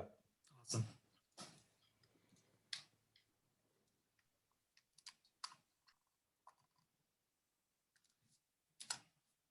Yeah, I always find that graduation is, or like convocation is more for the family and other people, like your family and friends, than for yourself. I mean, I've been through university now and I'm kind of just ready to be out at this point. So I'm not fazed that, our convocation is virtual at all, but I do think my parents would have like really looked forward to it if we had the in-person one. So I think they're missing out on it more than I am. One thing that I've noted with a convocation, it is truly not a student-centered experience. And I think it could be rethought completely for the modern age. There's a lot of sort of practical issues around that could be done better, but the experience of itself could really be a lot better than what it is, right? And some of my students have come up with some really interesting ideas on what you could do, right? And you could actually use technology in some very interesting ways in that context, right? Yeah, absolutely. What do you think, Aras? Yeah, definitely. And it's definitely like something it's been a reoccurring thing, like back when, like from the 80s. I mean, like even before that, right? and it really worked for the past where you had like 100 graduates, which makes sense. Like you can have everyone come up on stage and everyone claps for everyone else. Even kind of like I can probably remember like my high school graduation. It was interesting. Just standing in a line and everyone's getting called out alphabetically. I'm like, what am I doing here? And it was But like, it's funny. yeah, Go ahead. go ahead. I was just saying, like, it felt like I could be doing so much better with my time right now. Because I mean, the graduation way it's originally on McMaster is, I mean, they put the faculty up on the stage, the students in the front rows, and the families behind. Why aren't you sitting with your family? Yeah. I mean, it doesn't make any sense, right? Is there any way you could include people who aren't there that would like to participate in your graduation, but it can't be there? Right. How do you capture the moment in some new ways too? I think there's a lot that could be done. It could be really interesting, but it just isn't being done. And there's a limit to the number of people you can invite to your graduation as well, right? I think you can only invite 2 people or something like that. Yeah, yes, there is. That's right. I think there is, for just because of space restrictions. Yeah. Right. So I think what Ross said is really interesting in that in the past it worked really well because you have smaller graduating class sizes, maybe 100, 200, 300 students, Yeah. but everyone knows each other. So it's meaningful for them to see their friends graduate and kind of clapping for them and see their achievements recognized. But when you have class sizes of, I think the Faculty of Engineering has 900 students, right? And not all of them graduate, but let's say even if there is a 30% dropout rate, even if 600 students are graduating, I'm not going to have a personal relationship or connection with that many students. I may have a personal relation with, maybe 100 students, but I'm not going to recognize the majority of those students, and it just doesn't feel like it's as much of a meaningful event then, because you're seeing random people that you don't recognize. And actually, you caught there's the right word too. You're trying to make this as a meaningful event as you can, right? Mm-hmm. And you're right. There's a lot of standing around and doing nothing. You're separated from the people that you'd like to be with, and it's not always the experience that you'd like it to be. But it's the pictures. I think people like to take pictures afterwards with their family on campus. Yeah. But you can do that without the event. Without the event too, exactly. Yes, you can. That's right. Yeah. With their diploma, with their degree, that's the meaningful kind of experience. They can then put that degree in the picture and stand with their family, and I think that's what people really look forward to.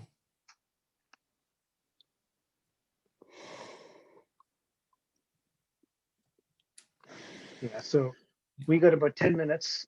Let's see, 9 minutes now, 9.5.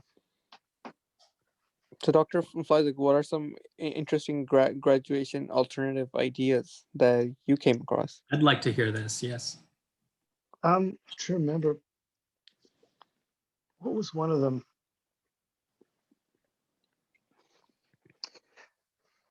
Actually, one of the things that people had imagined was is actually you should be sitting with your family, right? And that could be done quite easily, I would think. If you just knew where you had to be when you had to be, and you quite literally could be an app on your phone. Quite simply, right? But also one of the things you want to do, why when you're getting your degree, could there be a could that be something that is also possible to be, so that someone else that is perhaps not there could also be there with you? That could be done a number of different ways. I have to go back and look. This is a little project that was done back in September, October. I got a whole bunch of drawing students came up with. But Dr. Fleisig, what do you think about the energy in the room right now and the students participating? I know that they're a little bit camera shy, microphone shy. And it's a long day at the end of the day, and I'm not really that surprised. Most of them probably been in class all day. Yeah. And now this is so. Yeah. I'm hoping we can wrap up by about 8 o'clock today. I'm always surprised that Well, firstly, I was surprised that 72 students were interested in participating in this program to begin with. It's an 8-week commitment, so there's a lot of time commitment involved in this. But then also, I'm always just surprised at the number of people who do attend the workshops, because it is, the format is very much similar to what they would be doing in a lecture, right? So That's true, yeah. take out time from their day and after attending lectures to come and attend an optional initiative like this is, I think it's commendable. Hey Mohansh, do you know Hi. do you know which breakout room you're in? Sorry, I am in team 2, but I don't know which breakout room I am You in. should be I in was, team 2, yes. yeah. Go to breakout room 2. Do you know how to get there, or should I assign you? Yeah, please assign me. Sure. Thank you. No problem. There you go.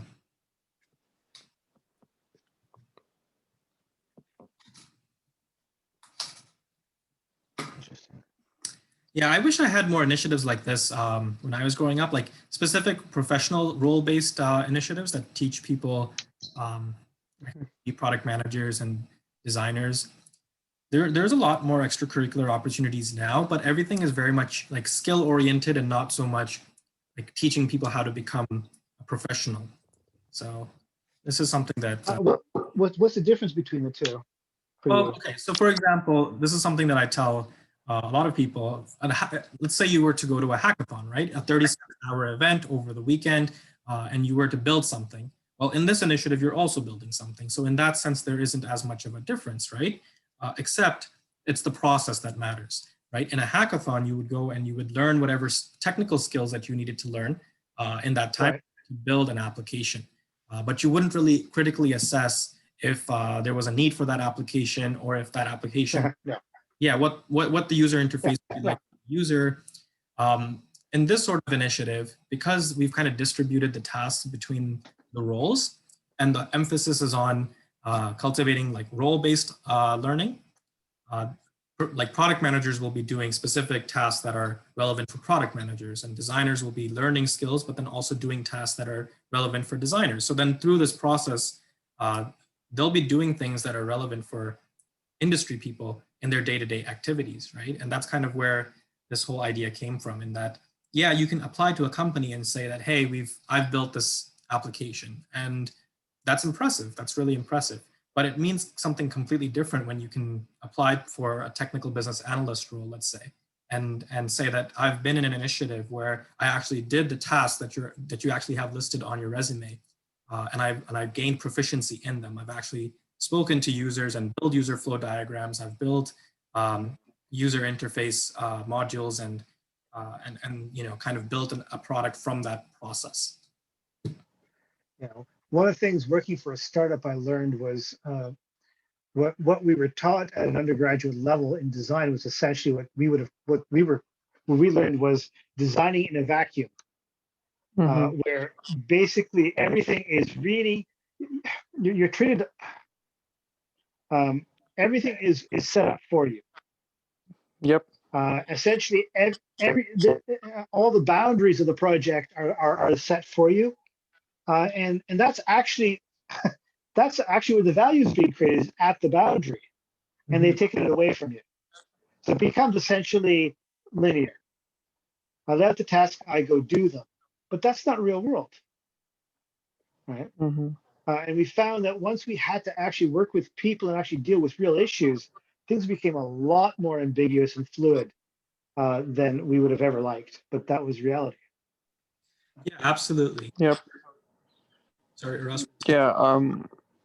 I was saying, yeah, like I totally agree with that statement. Like, I also worked in a startup, and then I was also working in the makerspace, like in the basement of Toad, and kind of like both experiences kind of taught me that a lot of things you can learn, and you can say I took a class on this, but when put out in the real world, there are a lot of unknowns that in class you can say assume X, Y, and Z, and in a real world you can't really assume a lot of things, and you just have to figure it out as you go.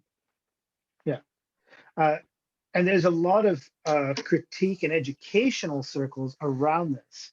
So education is usually built on assumption that's called technical rationality, which means the assumption is you can take a bunch of courses and then you can do a project using that knowledge.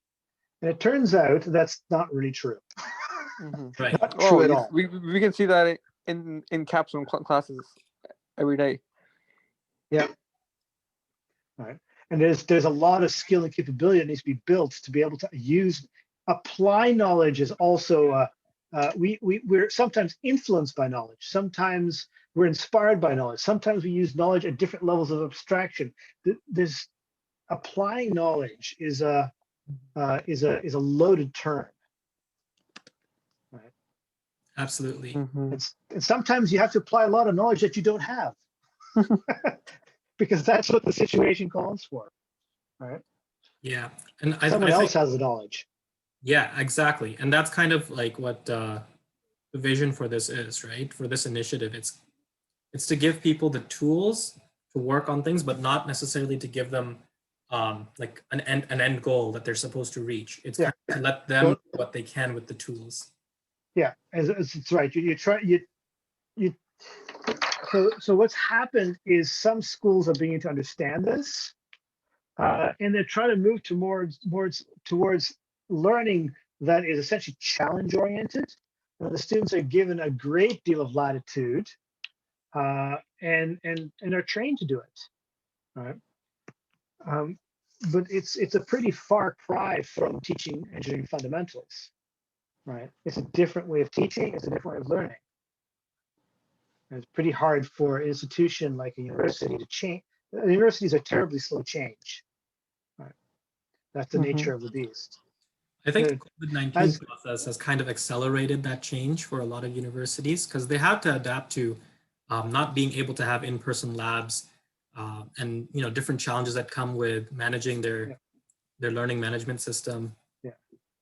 Well, that's forced things, at least from that perspective, but it hasn't changed the curriculum per se. Mm-hmm. And one colleague in the U.S., he said this is how he described how change happens at a university. He says to a university committee making curriculum changes, he said a little bit of change is a good thing, but no change is better. I agree. Right, that's how it works, right? Okay, so can we bring people back? Yeah, let's bring our people back. Do you want me to give them a 1 minute kind of? Yeah, well, 30 second, 1 minute, whatever it is. So they got to. Oh yeah, you got to let them know that they need to pick something to talk about when we get back. I can broadcast their best insider story. Yeah. Yeah, you can broadcast a message and it'll send to everyone. And then I'll go through and ask room 1, room 2, room 4, whatever, if somebody could talk to what they learned about. So, hopefully we'll get some responses that way too. What are we calling it? Insider story? Best insider? An insight or a story. An insight or a story. Insight or story.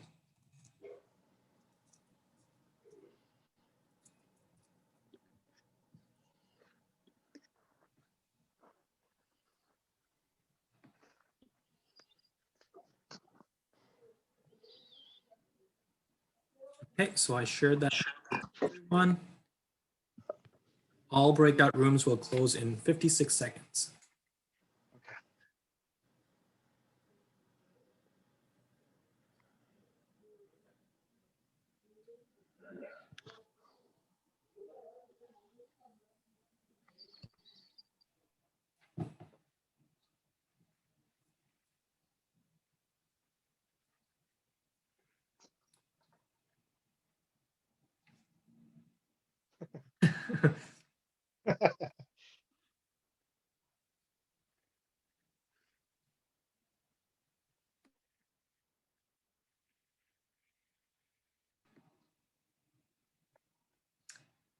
All right, people are trickling back in.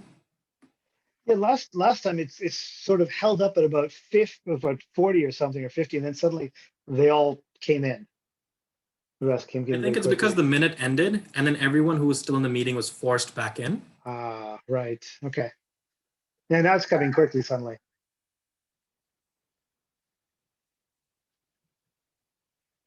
Hey there, guys. Welcome. Welcome back. All right. Welcome. So I'm going to ask a few of your groups here to tell me what insight or story did you hear that perhaps was surprising, that was something you didn't expect, and something that might have been valuable from a design perspective and understanding the people. Group one, could somebody report? Tell us what you came up with.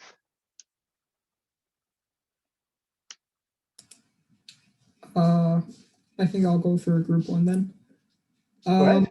The story that we came up with, the conversation kind of evolved away from COVID-19.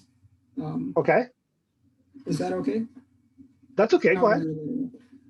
The story was that I have epilepsy and I had a seizure at night one day, and I ended up bumping my nose really bad, and it messed it up, and I still have a bump there. That was the story that we ended up with. In terms of a design perspective, that might be helpful to maybe help protect people when they have, if they have. All right. So yeah, so that's a little story, and it probably something that you would do in that context, and you'd probably try to delve into a little bit deeper of some of the particulars. It'd probably be a bit hard to get anything particularly emotional there, unless that was attached to perhaps why it happened or what happened afterwards. But thank you. Group two, what did you come up with? I guess I can go for group two. Yep. Go ahead. Okay, so cool. So a lot of it, like, it started off as basically just like us talking about how much it sucked, and like basically, which is what happens when you start talking about quarantine, I guess. So right, so like one of the biggest thing was what that we talked about, like no matter like the tools and stuff that we had, it was like still like really hard to like stay connected.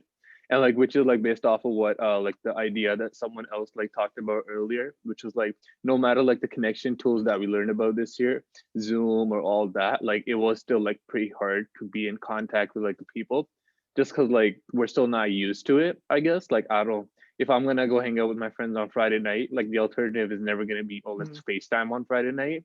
So I feel like there is like just off like design and stuff like that, I feel like that kind of stuff still can't like accurately replace like a face-to-face or like the meetings or like all that. Yeah, thank you, Amit, because I think that is something. I think a lot of people have come to the conclusion that the importance of human contact is something we take for granted, and doing it online is not a particularly good substitute. And it's not something that's technically required to do work, but we're social creatures. We need to be able to interact with people, right? Right. We need to be able to share experiences. We need to be able to share emotions, and that's simply not the same. Thank you. Group three. There's somebody from group three that would like to report. Hi, Melissa. I can report for group three. So Please. I think, well, like group two, like a lot of what was talked about was based on like, not only like the human connection, but how like pre-COVID, it was like more organic meeting new people. Like in campus, for example, like you just come across someone, like a friend of a friend, or you just like see someone new from class, you sit beside them during a lecture, and then you kind of just like become friends with them. And then that's like I feel like it's really missing from the like pandemic experience now, is it's hard to organically meet people. And online, I feel like there's just like more of a challenge in getting to know someone through a screen.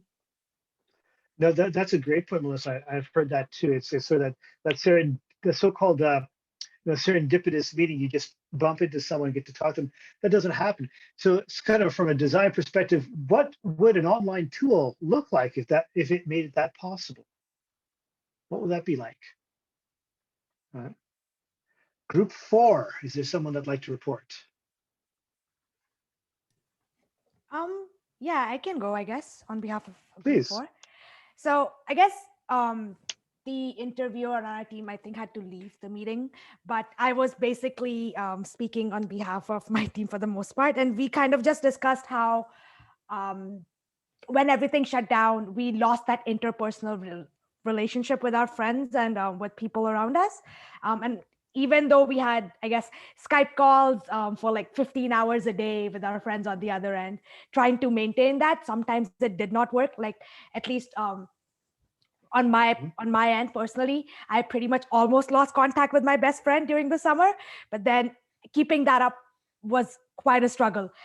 It worked out in the end, but we were just talking about how connecting with people in this virtual environment is difficult. And then I think the conversation did divert to, I guess, what the school has done in an effort to help first years build connections. And yeah, that was basically the premise of our conversation. Okay, thank you. Welcome. So again, it's thinking about human contact and how perhaps that should be happening or could be happening in a classroom situation. That was group 4, I think, wasn't it? Group 5? Yeah. As we were thinking about like the pandemic and like the quarantine, we're also what came up is we have a lot of experience in participating in clubs and extracurricular activities, and we realized that everything's online now, and similar to how classrooms work, it's also a really big challenge for people to keep organized and keep on track of things in like the extracurricular like workspace. Even if like we try our best to organize the club itself into multiple sub teams, it's still like a really big mess. But we also realized that it's not even just because of like the pandemic that's causing this issue. I ran a club personally myself with like about like 60 people last year in high school. And even then, if it was still in person and face to face, it would still be really hard to get a good solid communication between each individual like sub teams together, because there's just so many people that even like the technology that we had before just wasn't enough to like keep on track of things, right? Yeah. So you said, you said something about a mess. What did you mean by that?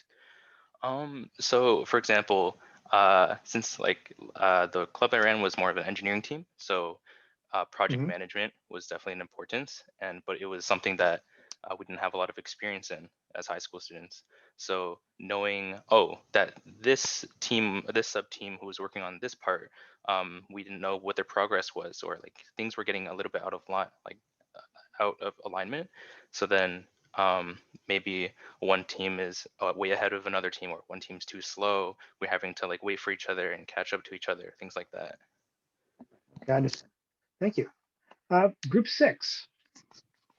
Okay, so I'll go on behalf of my team. So we kind of sort of focused on like things we missed during COVID. So there was a couple of people, we were talking about like how we missed major events like, trips, proms, our graduation. So we talked about how our graduations were like and how it differed from like what other schools did. So some people had like a drive-through, some people had videos, some people just got their diplomas mailed to them. And and that led the discussion to be like, what would happen if we designed it, right? What would happen like if we had like full design space and we could just design our own graduation instead of getting one sad video where they just announced your name and then the end. Thank you. Yeah, so this is definitely, I mean, the new environment has opened up design opportunities that weren't there before, nobody imagined. Is there somebody from group 7?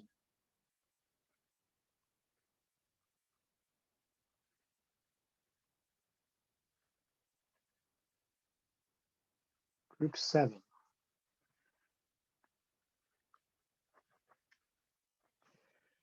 Group 8. Hi everyone, I'm from group 8. So essentially what our group talked about, a lot of us have younger siblings, and so we are seeing firsthand the effects of quarantine on them in either elementary school and high school. And the biggest thing that has come to our attention is how a lot of our siblings are going through online gym class or online music class. And online gym class just makes no sense. And online music class is definitely a struggle for anyone, especially because I share a wall with my brother. And so at 2:30 when I have class, he also has music class. And so I just hear a saxophone playing consistently and I can't focus on my own things. And so it's definitely really difficult to maintain that education that they need in terms of physical education and the arts, but when you are secluded from your teammates and your classmates and your teachers, it's really difficult for them to keep that motivation and to actually immerse themselves within that environment that is so important for them to figure out while they're in elementary school and high school and trying to find their likes and dislikes. And so when they're given like a ball and told to go play outside by themselves, it's a bit disheartening to see. And so we were thinking of possible ways that we could enhance online learning for things like gym class and things like music class. Yeah. So as you were speaking, it certainly made me think about, it's pretty clear that education is very important to you. And when we're listening to people during these stories and interviews, we're trying to understand what's important to them, what are those motivations and beliefs, right? And you start hearing that from the stories they tell and the stories they choose to tell. Anybody from group 9? Actually, Dr. Flyzik, we do know who's in group 7. So if you want, we can call them by name. If you choose to, you can call them by name from group 7 if they haven't shared anything. It's up to you. Is there somebody from group 7 like to speak? It's okay, we've got lots of groups. But group 9? Hello? Yes. Hi, okay. So our group, we okay, something that I found that stood out from one of my group members' COVID experiences was he kind of shared about his relationship with his friends and how like COVID kind of affected like how much time he even spent with his friends talking to them, because obviously like during quarantine we can't really go out and like see our friends at school every day anymore, stuff like that. And he said over quarantine he spent a lot of time gaming, and like he still managed to keep those relationships with his friends through something that they bonded together, and he still like FaceTimes them often, which I found pretty well. And I felt like that's kind of how I stayed in touch with a lot of my friends as well. But when I asked him what games he played, he said that he played this game called Call of Duty, and he also seemed to mention that he used to be a pro Call of Duty player when he was younger, which honestly was one of the last things that I expected. But yeah, I found that was something interesting from this practice or Thank you. thing. Thank you very much. Group 10.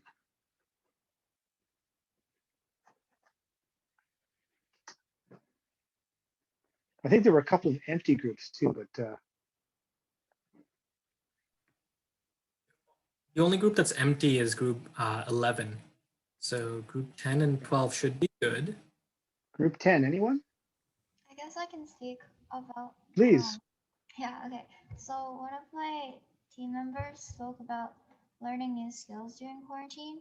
And one of the things they regretted was to not spend more time learning and kind of taking their time for granted. So I think it would be nice to like promote more productive activities with friends or something instead of just spending time alone doing some hobbies. And because learning is a skill or learning is something that we can all do that will help improve ourselves, and it's just something interesting to do.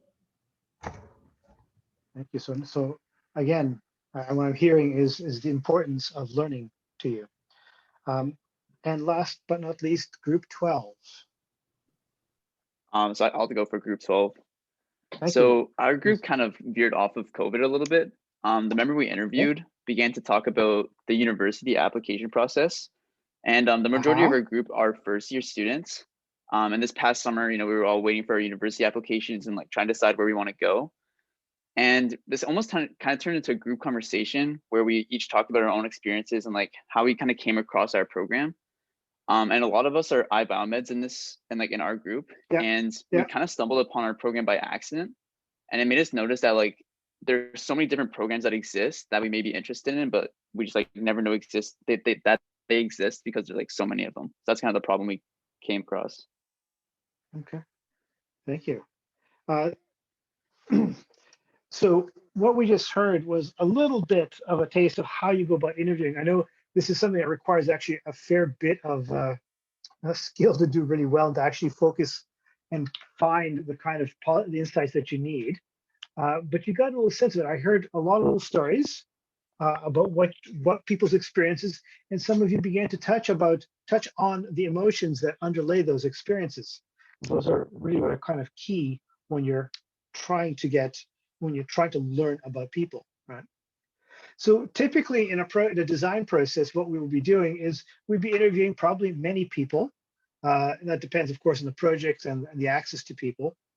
But once we've gathered that work and we have the notes on the various interviews, we need to sit down and actually take a look at that information and make some kind of sense of it. We analyze it. We look for the insights. We look for the needs, and we do it in a structured way. And again, it's something that we would do not alone, but with other people. So, Arif, is my screen working here? The share? Yep, we see empathy maps. Okay, thank you.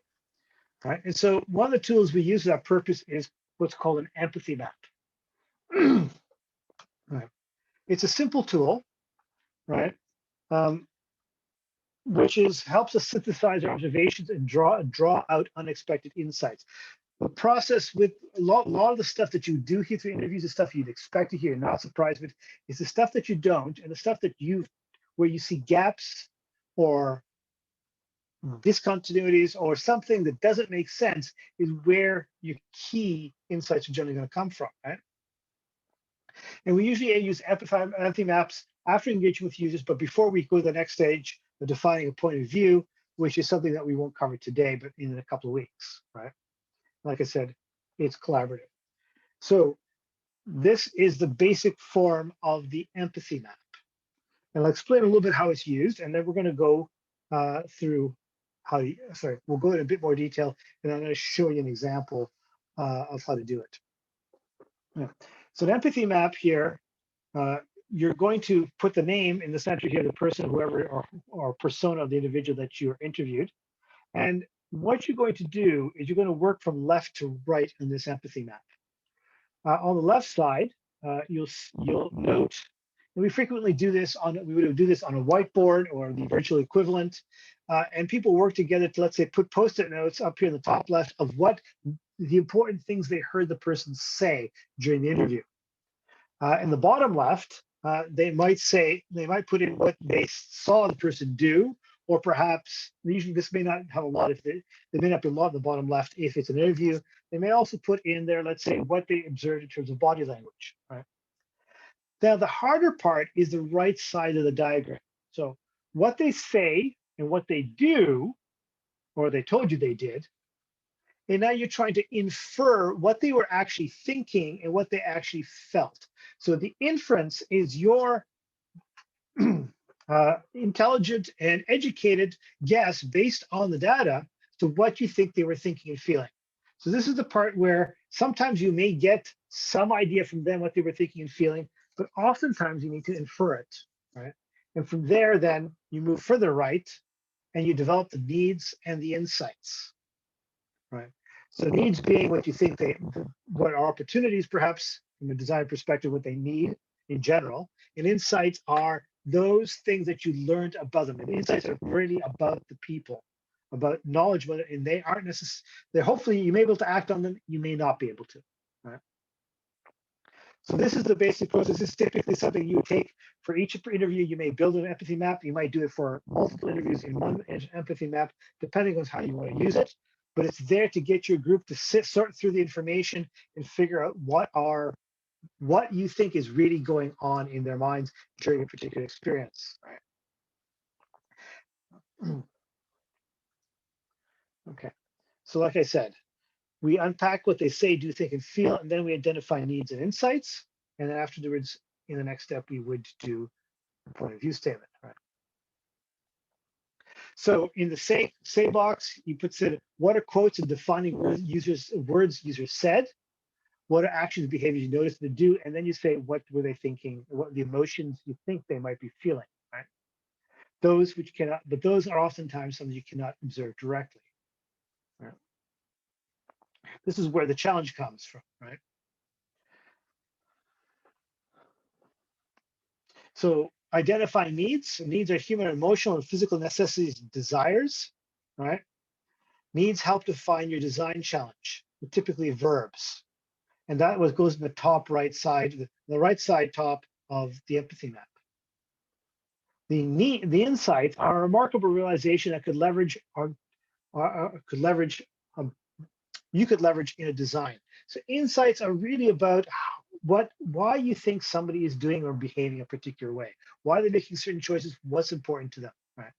Oftentimes insights grow from contradictions between user attributes, right? Asking yourself why. And they're hard to find, but when finding the insights is really what's key, and it's really hard to find insights. So when we talked about that Coiner project, it took a lot of work to find that one little insight about why somebody who apparently has difficulty due to rheumatoid arthritis with their joints would do something difficult, do a task that apparently seemed to be unnecessarily difficult, of putting a grocery cart in her trunk and taking it out and putting it in, when she could have just used the one that was there. That apparent contradiction, led to an insight. Right? So what we're going to do here, and I'd like you to try and practice the empathy map. Now, we have a little video, and I'm not sure how well this is going to work with Zoom. We can give it a try. If it doesn't work, you can watch the video on your own, because Ariba shared it with you. It's a few minutes, and it's actually and I'll explain what the video is about in a few moments. And we're going to watch it. And it's actually a person being interviewed about their truck and the experiences of owning a truck. And actually, I know her. She's actually one of the people at the D School at Stanford. Her name's Erica.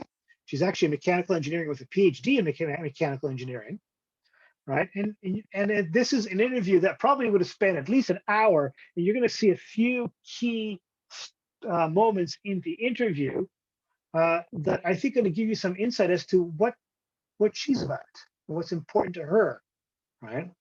Because you'll see there be stories that clearly have an underlying emotional context that you're going to try to draw out through inferring what you think she was thinking or feeling during the interview, right? So what you're going to do, so you should have access in the PDF file Reba shared with you. You have this, right? You're going to watch the video, and then you're going to work through it, building, especially the 4 quadrants, the say and do first. So say and do what you saw in the interview, and then what you think Erica was thinking and feeling. We won't worry about needs and insights at this point, right? And then we'll bring the groups back together and see what you came up with. All right. So let's watch the video. If it doesn't work, I'll get you to do it on your own in your breakout rooms. Can you tell me about your truck? Sure. It's is there any sound, Arib? It's a pretty big truck, a Toyota Tundra, and it's actually my second Tundra. I've never driven anything except a truck. I love driving it around. I love helping people move stuff to an extent. Like the fact that I can just, throw whatever in the back of my truck and haul it. Like that gives me this really good feeling. And I am always a little conscious about when I drive up in a truck and when a guy might drive up like in a smaller truck or in a little car or something, and I'm just like, oh man, I wonder how that makes him feel. But how does it make you feel? That makes me feel good. A little empowered. So you said your truck was really reliable. Yes. Is there a time you can remember when you had to have it repaired? Yes. So my old truck,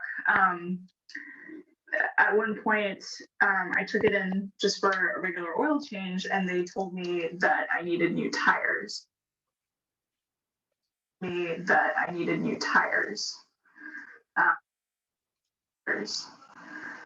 Actually, I think it was that I actually had a nail in my tire, and they said, oh well, you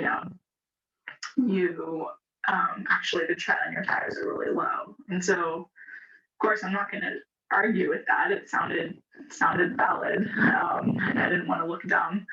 So, and then of course they tell me, well, you know, they try to sell you on the really nice tires, which is fine because I want the best for my truck, and I don't, you know, I have to trust. I have no other choice in terms of what they're trying to sell me. Yeah, it was a little like, oh man, seriously, I thought I was gonna have to pay like $40, not $600 or however much I ended up paying. But I'm always like, I wish I'd be really careful and do everything that I need to do for my truck, because I don't want to be stranded, because I have been stranded before, and so I just figured, well, I need to get this fixed. So the other thing about me is that I'm a mechanical engineer, and it felt really funny that, you know, here I'm this mechanical engineer from Stanford University, and I should be able to, you know, speak, you know, the car speak and understand like what they were doing and the repairs needed and everything. And so I'm not very good at questioning what they say is wrong with it, just because I don't want to look dumb or sound dumb. So I'm always just afraid that anything that I say will actually let them know that, no, I don't know anything about vehicles and mechanical systems. I don't know, maybe it's just me, but I had this feeling that, you know, the guy is like, okay, you know, when are you gonna call daddy to get you out of this one? Just because here I am, you know, walking in, young kid with this really nice truck. And so I wanted like this feeling of independence that, no, I can deal with the situation. I can pay for it. I can, you know, figure out what I need to do and just do it.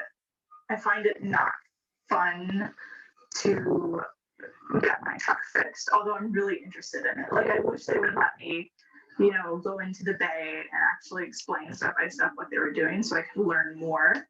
But at the same time, like, I feel like I have to put on the show or this front so that, oh yeah, like routine, I know what they're talking about.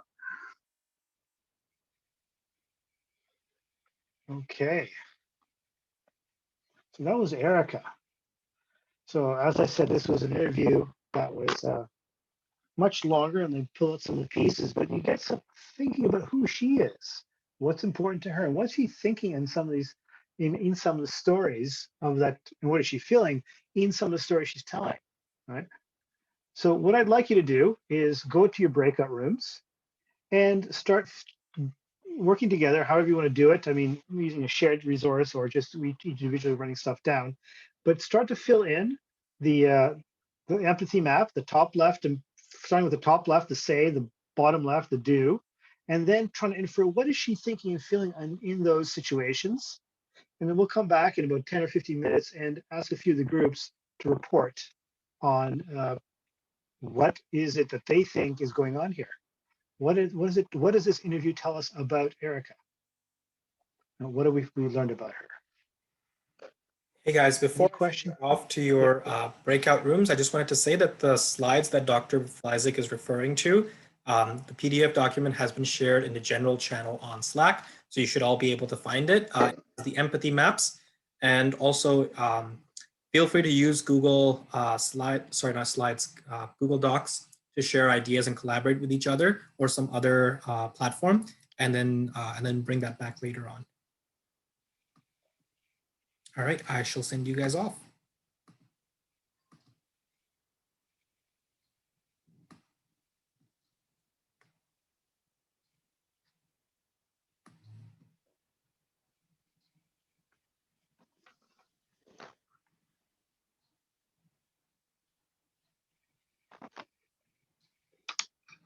Okay.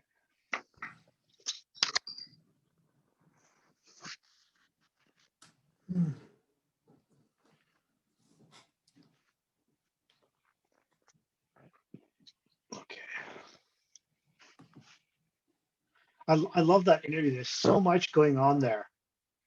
Yeah, there was a lot of like psychology to unpack there. You could tell that she was a bit like when she was describing her experience, she didn't want to say like criticize the tire replacement company, because she said, but on the They tried to the other hand, it's tires, but I want the yeah, best for my truck. it was clearly she was very uncomfortable with that experience. Mhm. She didn't feel, I think, good about herself, Right. Let alone about how she was treated, right? Right. And it's clearly a certain amount of pride, a kind of professional pride. She feels she should know something, Mhm. but she doesn't, and is afraid to speak as a result. So, there's a lot of room there there's a lot of design opportunity. There really is. I mean, I think the problem, what they were trying to do is here reimagine what should your experience going to get your car maintained be like? How could that be better? Right. And there's a number of key kind of emotional points through that interview, right? The fact that people don't want to feel like they don't know what they're talking about. There's a trust issue, right, with the mechanic, right? She even wants to go to the point of she'd like to know more about her car, and she's actually curious about it, right? And actually, there's another video that I don't have here. That's actually interviewing a mechanic, and that interview is even better. You should see the kind of challenges that guy having to deal with customers, and who's trying to be he's proud of the work he does, and at the same time he feels the customers really do push him sometimes, and they really make him unhappy, right? But he also has to run a business. Absolutely. Absolutely.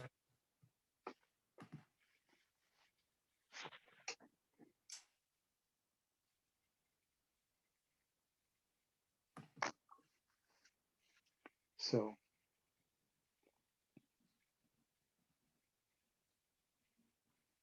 and it's hard to get people to talk about stuff like that. I mean, she knew she of course is someone that knew what was being asked of her in the interview, but getting somebody that you don't know to talk like that is hard. I think they should have I think if they were to focus on problem spaces that they've themselves experienced, because it's like the easiest thing to design for is something that you are the user of, right? Yes. So if it's a problem space that they themselves have been experienced in, they can then find similar people and talk to them and kind of like open up because they know what they're looking for, the sort of insight. What do you think about that? Yeah. My immediate reaction is in teaching design, you're teaching people to design for someone else. That's true. It's easy to design for yourself, and yeah. That's true. That's the whole point of empathy. Yeah. The whole point of empathy is to learn about someone else, right? Be able to see it through their eyes, right? That's very true.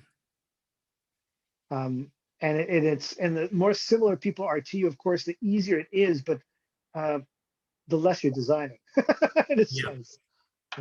Right. I can see in like the Slack channels, the groups are sharing their Google Docs to kind of collaborate and share some ideas in. So if you want, you can ask them to like share their screen as well. That'd be great. In fact, I love this last round where the groups were speaking. That seemed to work better than just asking for anybody to pipe up. So. Absolutely. And I know it's kind of getting late and everyone is kind of getting tired at this point. We can see a few people trickling out already. So I understand. So we'll get a few groups to speak up, and then I'll wrap it up, and we'll talk briefly about what we'll do next time. Right. But next time, essentially, we'll build on exactly this. How do we take these insights, and how we then explore solutions from a human perspective? And how do we actually engage users in doing that? That's awesome. And I think the timing of this has worked really well because we have the design thinking workshop this week, and then we have the customer discovery workshop next week with Riley from The Forge. And one of the initiatives, I'm not sure if you remember from our orientation, one of the initiatives The Forge is running is the Startup Survivor Program, which is they're getting companies to apply, and if they complete certain milestones through the process, they will get certain amount of cash prizes. So one of the preliminary rounds of their application process is documented evidence of having talked to users or customers, potential customers. So they'll learn a little bit about empathy maps and the design thinking process from this workshop. They'll learn a little bit about talking to customers in the next workshop. They can then use the solutions incubator as a stepping stone to then potentially pursue this idea that they develop with the Forge later on as a startup. So I think the timing of this has been very serendipitous for us. And we're invested in this initiative because of that reason as well. I do a lot of this work with patients in hospitals, right, where there's always some sort of emotional issue underlying, no matter what happens. So we have somebody joining us, Hisham. This is Hisham. Yeah, Hisham is one of my helpers and supporters and great friends. So welcome to the Solutions Incubator, Hisham. I sent him the invite to invite him to the event. He's not part of any of the groups. Hi. Thanks for inviting me, Arif. Hi, how's it going, Dr. Fleisig? It's been a while. You sound really loud. Hello, Hisham. Am I really loud? Oh, I'm sorry. It's okay. Have you been? I've been doing fine. The COVID transition was okay for you? Not as much as anyone else, I think. I mean, I haven't been back on campus since March. I'm working. It's funny how things have changed because I'm working more than I was before. I don't have to commute for one, right? And it's getting. I think it's wearing on people though. It really is. I mean, and it's really odd because it used to be, at least in a in-person context, you would be walking from meeting to meeting, right? And there's some time between meetings. Now, freely, there's no time. Yeah. You literally go from one to the next. Yep. No, that's true. It's the same with school, I guess. I think I'm doing my master's now. I'm at Waterloo. Well, I'm at home, virtual Waterloo, and the teachers just expect you to be on your computer all day. So yeah, very. Isn't that ironic? Because it used to be the other way around. Right, students expected faculty to answer questions or emails right away. Now it goes the other way. That's hilarious, actually. I have two kids at university too, and one's doing first year. Okay. And it's not something anybody wanted. Nobody. No, of course not. It's right. It's not ideal. And my older daughter, she was doing her PEY, her professional experience year, with a Max Planck Research Institute in Germany. That's great. Of course, she couldn't go to Germany. Well, yeah, that's a bummer. So PEY, that means she's at U of T? Yes. Yeah. Okay. Great. And Sci. Awesome. Actually, both my daughters are in Sci at U of T. Wow, that's great. What are they specializing in? The older one's in biomed, and she's just actually preparing to write the MCAT. She's looking to go to medical school. Awesome. And the younger one's going to do energy, I think she said. That's fantastic. That's great. That's great. But the first 2 years are common. I'm curious to see how the admissions process for for med school is going to change. Because I hear when the COVID lockdown dropped, McMaster they weren't holding any interviews. They were just looking at just the dry applications, just the paper applications and the MCAT scores, and basing their recruitments on that. And there weren't any interviews, to my understanding. Yeah. That's strange. Then they had like a probabilistic acceptance. So they kind of they did a lottery for for all of the applicants. So I think it's a bit more standard. I think it's more standard. There's probably a better system implemented now. Yes. That was just kind of last minute. Especially now with Zoom and interviews, and everyone's kind of getting the hang of this. Well, people have been doing. I mean, even our undergrad program has been doing interviews recently, but they just do it it's a recorded interview, right? Yeah. I mean, now we have so many applications. There's Kira that you can use as well, which that's exactly what we were using. Kira, yeah. And that's a Canadian startup, by the way. So Kira is Canadian. I didn't know that. Kira is a Canadian startup, And it's now being widely used for interview processes because people find that they can't, because they're connecting with people. Is it analogous to HireVue, I guess? I guess. I'm not sure about. Yeah, because I was doing interview prep, and HireVue was like the big one in the States. How do you Kira? spell Kira? KIRA. Okay, and how is it new? Relatively? No. No? Few years, probably. Years? Yeah. And the reason why a lot of companies and even universities are switching to Kira is because not only can they not have in-person interviews, but the person is not even in the same country. So the time zone doesn't match up either if they're trying to coordinate a live interview. So a Kira one, they already have pre-recorded questions and the individual can do it at their own pace, at their own time. And they have the video recorded, right? It's video Yeah, recorded. that's the. So I've been spending quite a bit of time trying to find on Reddit and forums and such, trying to find these go-to questions at HireVue analogous to Kira, because I think the platform is quite similar. People were sharing their experiences, and apparently, I don't know if this is true or not, but I hear that HireVue incorporates a little bit of NLP, a little bit of AI in screening their video interviews. So before your responses are sent to like a recruiter, the AI model already biases it based on your voice modulation, your eye contact, your physical behavior and your presence. So there's a bit of ML going into that as well. And I was trying to see like if they're screening that as well, then we have to prepare it for our interviews in front of a camera. Knowledgeably, exactly. Just like the ATS system, right? Yes.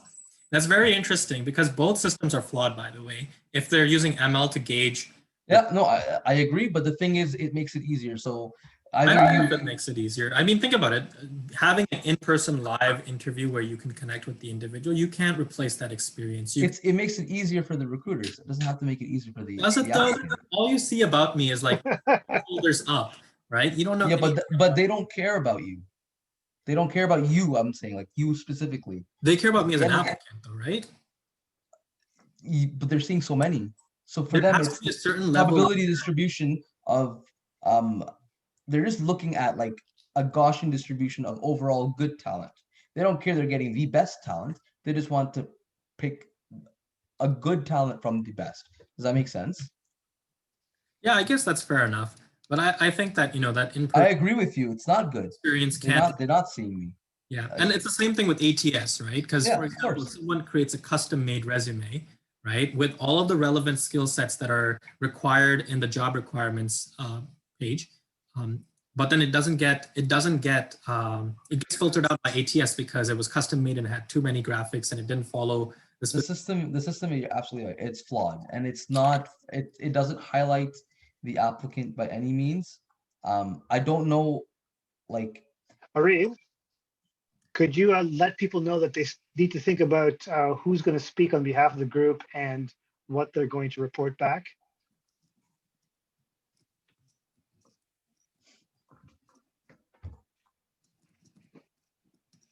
Okay, sending out broadcast message right now. We'll give them a little bit of time and then we want to close, I think, the session. So. How long has this incubator been running for? Like this workshop session? Yeah, or overall. Like, when did you start the initiative, Reed? So, okay. This workshop started at 5:30, but the initiative itself, the orientation was last Monday. So it's been 7 days. Oh, that's great. Yeah, and we began working on creating this whole initiative 4 months ago. And I remember we met with Dr. Fleizik back in December to discuss implementing design thinking and human-centered design in this initiative as well. Yeah, you approached me quite a bit before that too, didn't you? I did, yes. I wanted to learn a little bit about the MNG design program and see if there was anything, there was a lot that appealed to me, and I wanted to learn a little bit about that.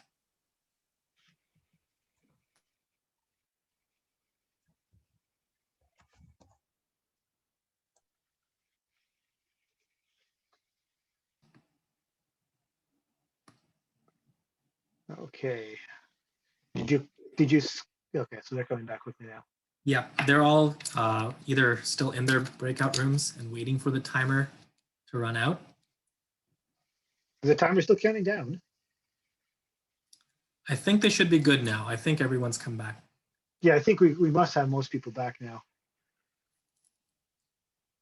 Right. To me, that interview with Erica is really quite interesting because there's a lot going on there in the space of that 5 or 6 minutes. Start thinking about what's really going on. What's she about? So is there a group here that would like to tell me what they came up with and maybe share their screen and show us how they use that notion of an empathy map?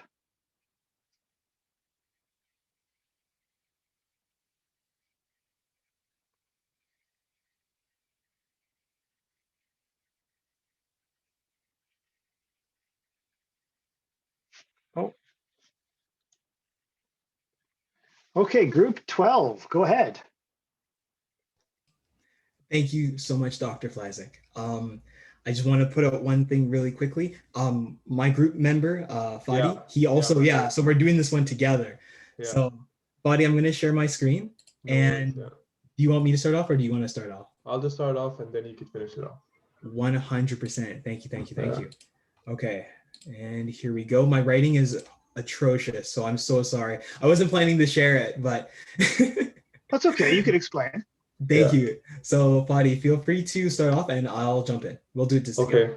So within our discussion with our group, we realized that what she thought and what she felt were very similar. She felt like the mechanics were taking advantage of her because she didn't know much. So basically, she was there. As she said, she was they thought they were looking for her to ask her father for money. So we thought that she felt that they were condescending towards her. She thought because she didn't know much, so they wanted to take advantage of her essentially. And what do you think that was a problem for her? Because, go ahead, Dorian. Thanks so much, Fadi. That was a really big problem, is because right from the beginning, Erica likes independence. She likes helping people. She's very much the one in the room who is capable. And when she's put in a situation where she is treated like she's not capable, where she's treated like she knows nothing, that really rubs her the wrong way. So for the feeling, we just put down like buying tires made her uncomfortable because they're trying to basically sell her tires when they didn't have her best interest in mind. They were trying to make money. And Erica, I could tell that really didn't rub well with her. There's one other insight that I think we want to say before we go to the other groups. Is that okay, Dr. Fleiser? Go ahead, yes. Thank you. There was a really big part that our group analyzed. And it's when she said that she didn't want to look dumb. And this, and I also struggle with this. I lecture all the time, like I don't want to say the answer because what happens if I'm wrong? I'm going to look dumb in front of a bunch of, 150 people. So the biggest thing is there's nothing necessarily inherently bad about looking dumb. There's nothing wrong about being a learner. So I think that mentality translates to other parts of her life, not just while fixing her truck, but maybe when she takes risks in academia. She doesn't want to look dumb. I personally think that Erica shouldn't look at it like she's being dumb. She should look at it like she's a learner with a growth mindset that is eager to learn and get more information.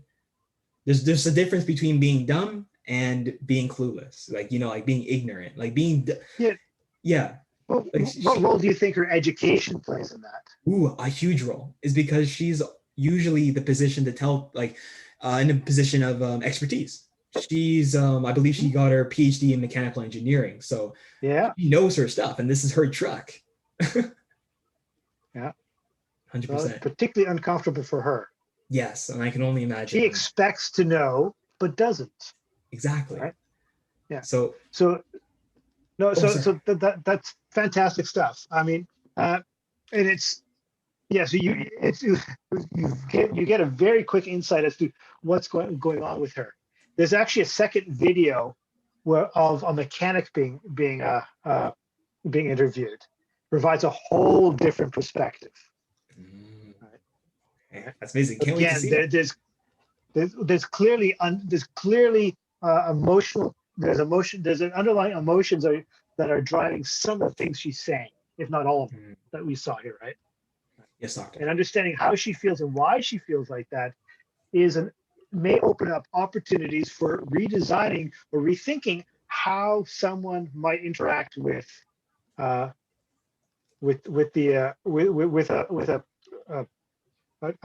garage, essentially. Is there? So I'm going to push you a little bit further here. Is there a particular issue that you might see here between the customer and the garage that would be central to that relationship? Ooh, okay. Is it okay if I go? I feel really bad. Is it okay? It's okay. I think we may just do one more group, but you've touched on a couple of major things. It's already getting pretty late too.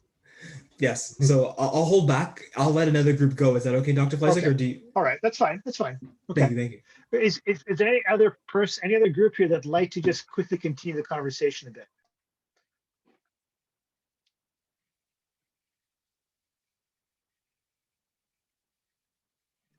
I think for our group, we were talking about how, like she said that she doesn't want to look dumb or sound dumb, and then we were thinking how like it kind of seems a little bit to me like a little bit like imposter syndrome. Like she's afraid that if she like even asks a question, it'll appear like it'll expose her as a fraud or like that she doesn't actually know what she's talking about. And in my opinion, I feel like she kind of internalized some negative stereotypes of like her or like of like women in like male dominated spaces. Because like she mentioned how like she thought like maybe the other person was thinking like, oh, you're like she'll just ask her dad or she'll ask like someone else for help. Even though like they didn't like say that to her face, but she kind of just thought that in her head. So in my mind, I kind of thought like there's kind of like a contradiction there where she like I think she wants to feel empowered, which is one thing she mentioned, like when she drives a truck she feels empowered because she kind of goes against like those stereotypes of like a typical truck driver, but at the same time she's not like asking questions when she actually has a question. She's not like there's some things like that are preventing her from truly feeling empowered because she doesn't want to like verify negative stereotypes of her or of like women. Wonderful. Thank you, Melissa. All right. Okay. Does anyone else want to add anything more? I would love to add one thing, Doctor. Sure, go ahead, Duran. I had a little bit of a, like just thinking to myself about the question that you posed, what kind of things could be changed with the relationship between the customer and the garage to kind of increase their comfort there. And the biggest discrepancy was a difference in information. The mechanic knew all the information. He knew the tire brands. He or she, I don't know what gender the mechanic was, but the mechanic knew what the tires were, what situations, and how much they cost. And the customer knew none of that. They were at the mercy of the mechanic. So the solution potentially could be a distribution of information. Potentially there could be, and I don't really know how we could go about this, but maybe some user-friendly systems within the garage where you can find tires suited for your car, or maybe some third-party websites that you could go to that aren't affiliated, because you have to ask yourself, this garage is here to make money off of me. Very good, Dorian. Yeah, so you're beginning to think about where you might go with it. Excellent. Right. And in fact, that's what we're going to be doing in 2 weeks is how do we take these insights and how do we work through some creative approaches to looking at that, staying human-centered, and being systematic and creative about it.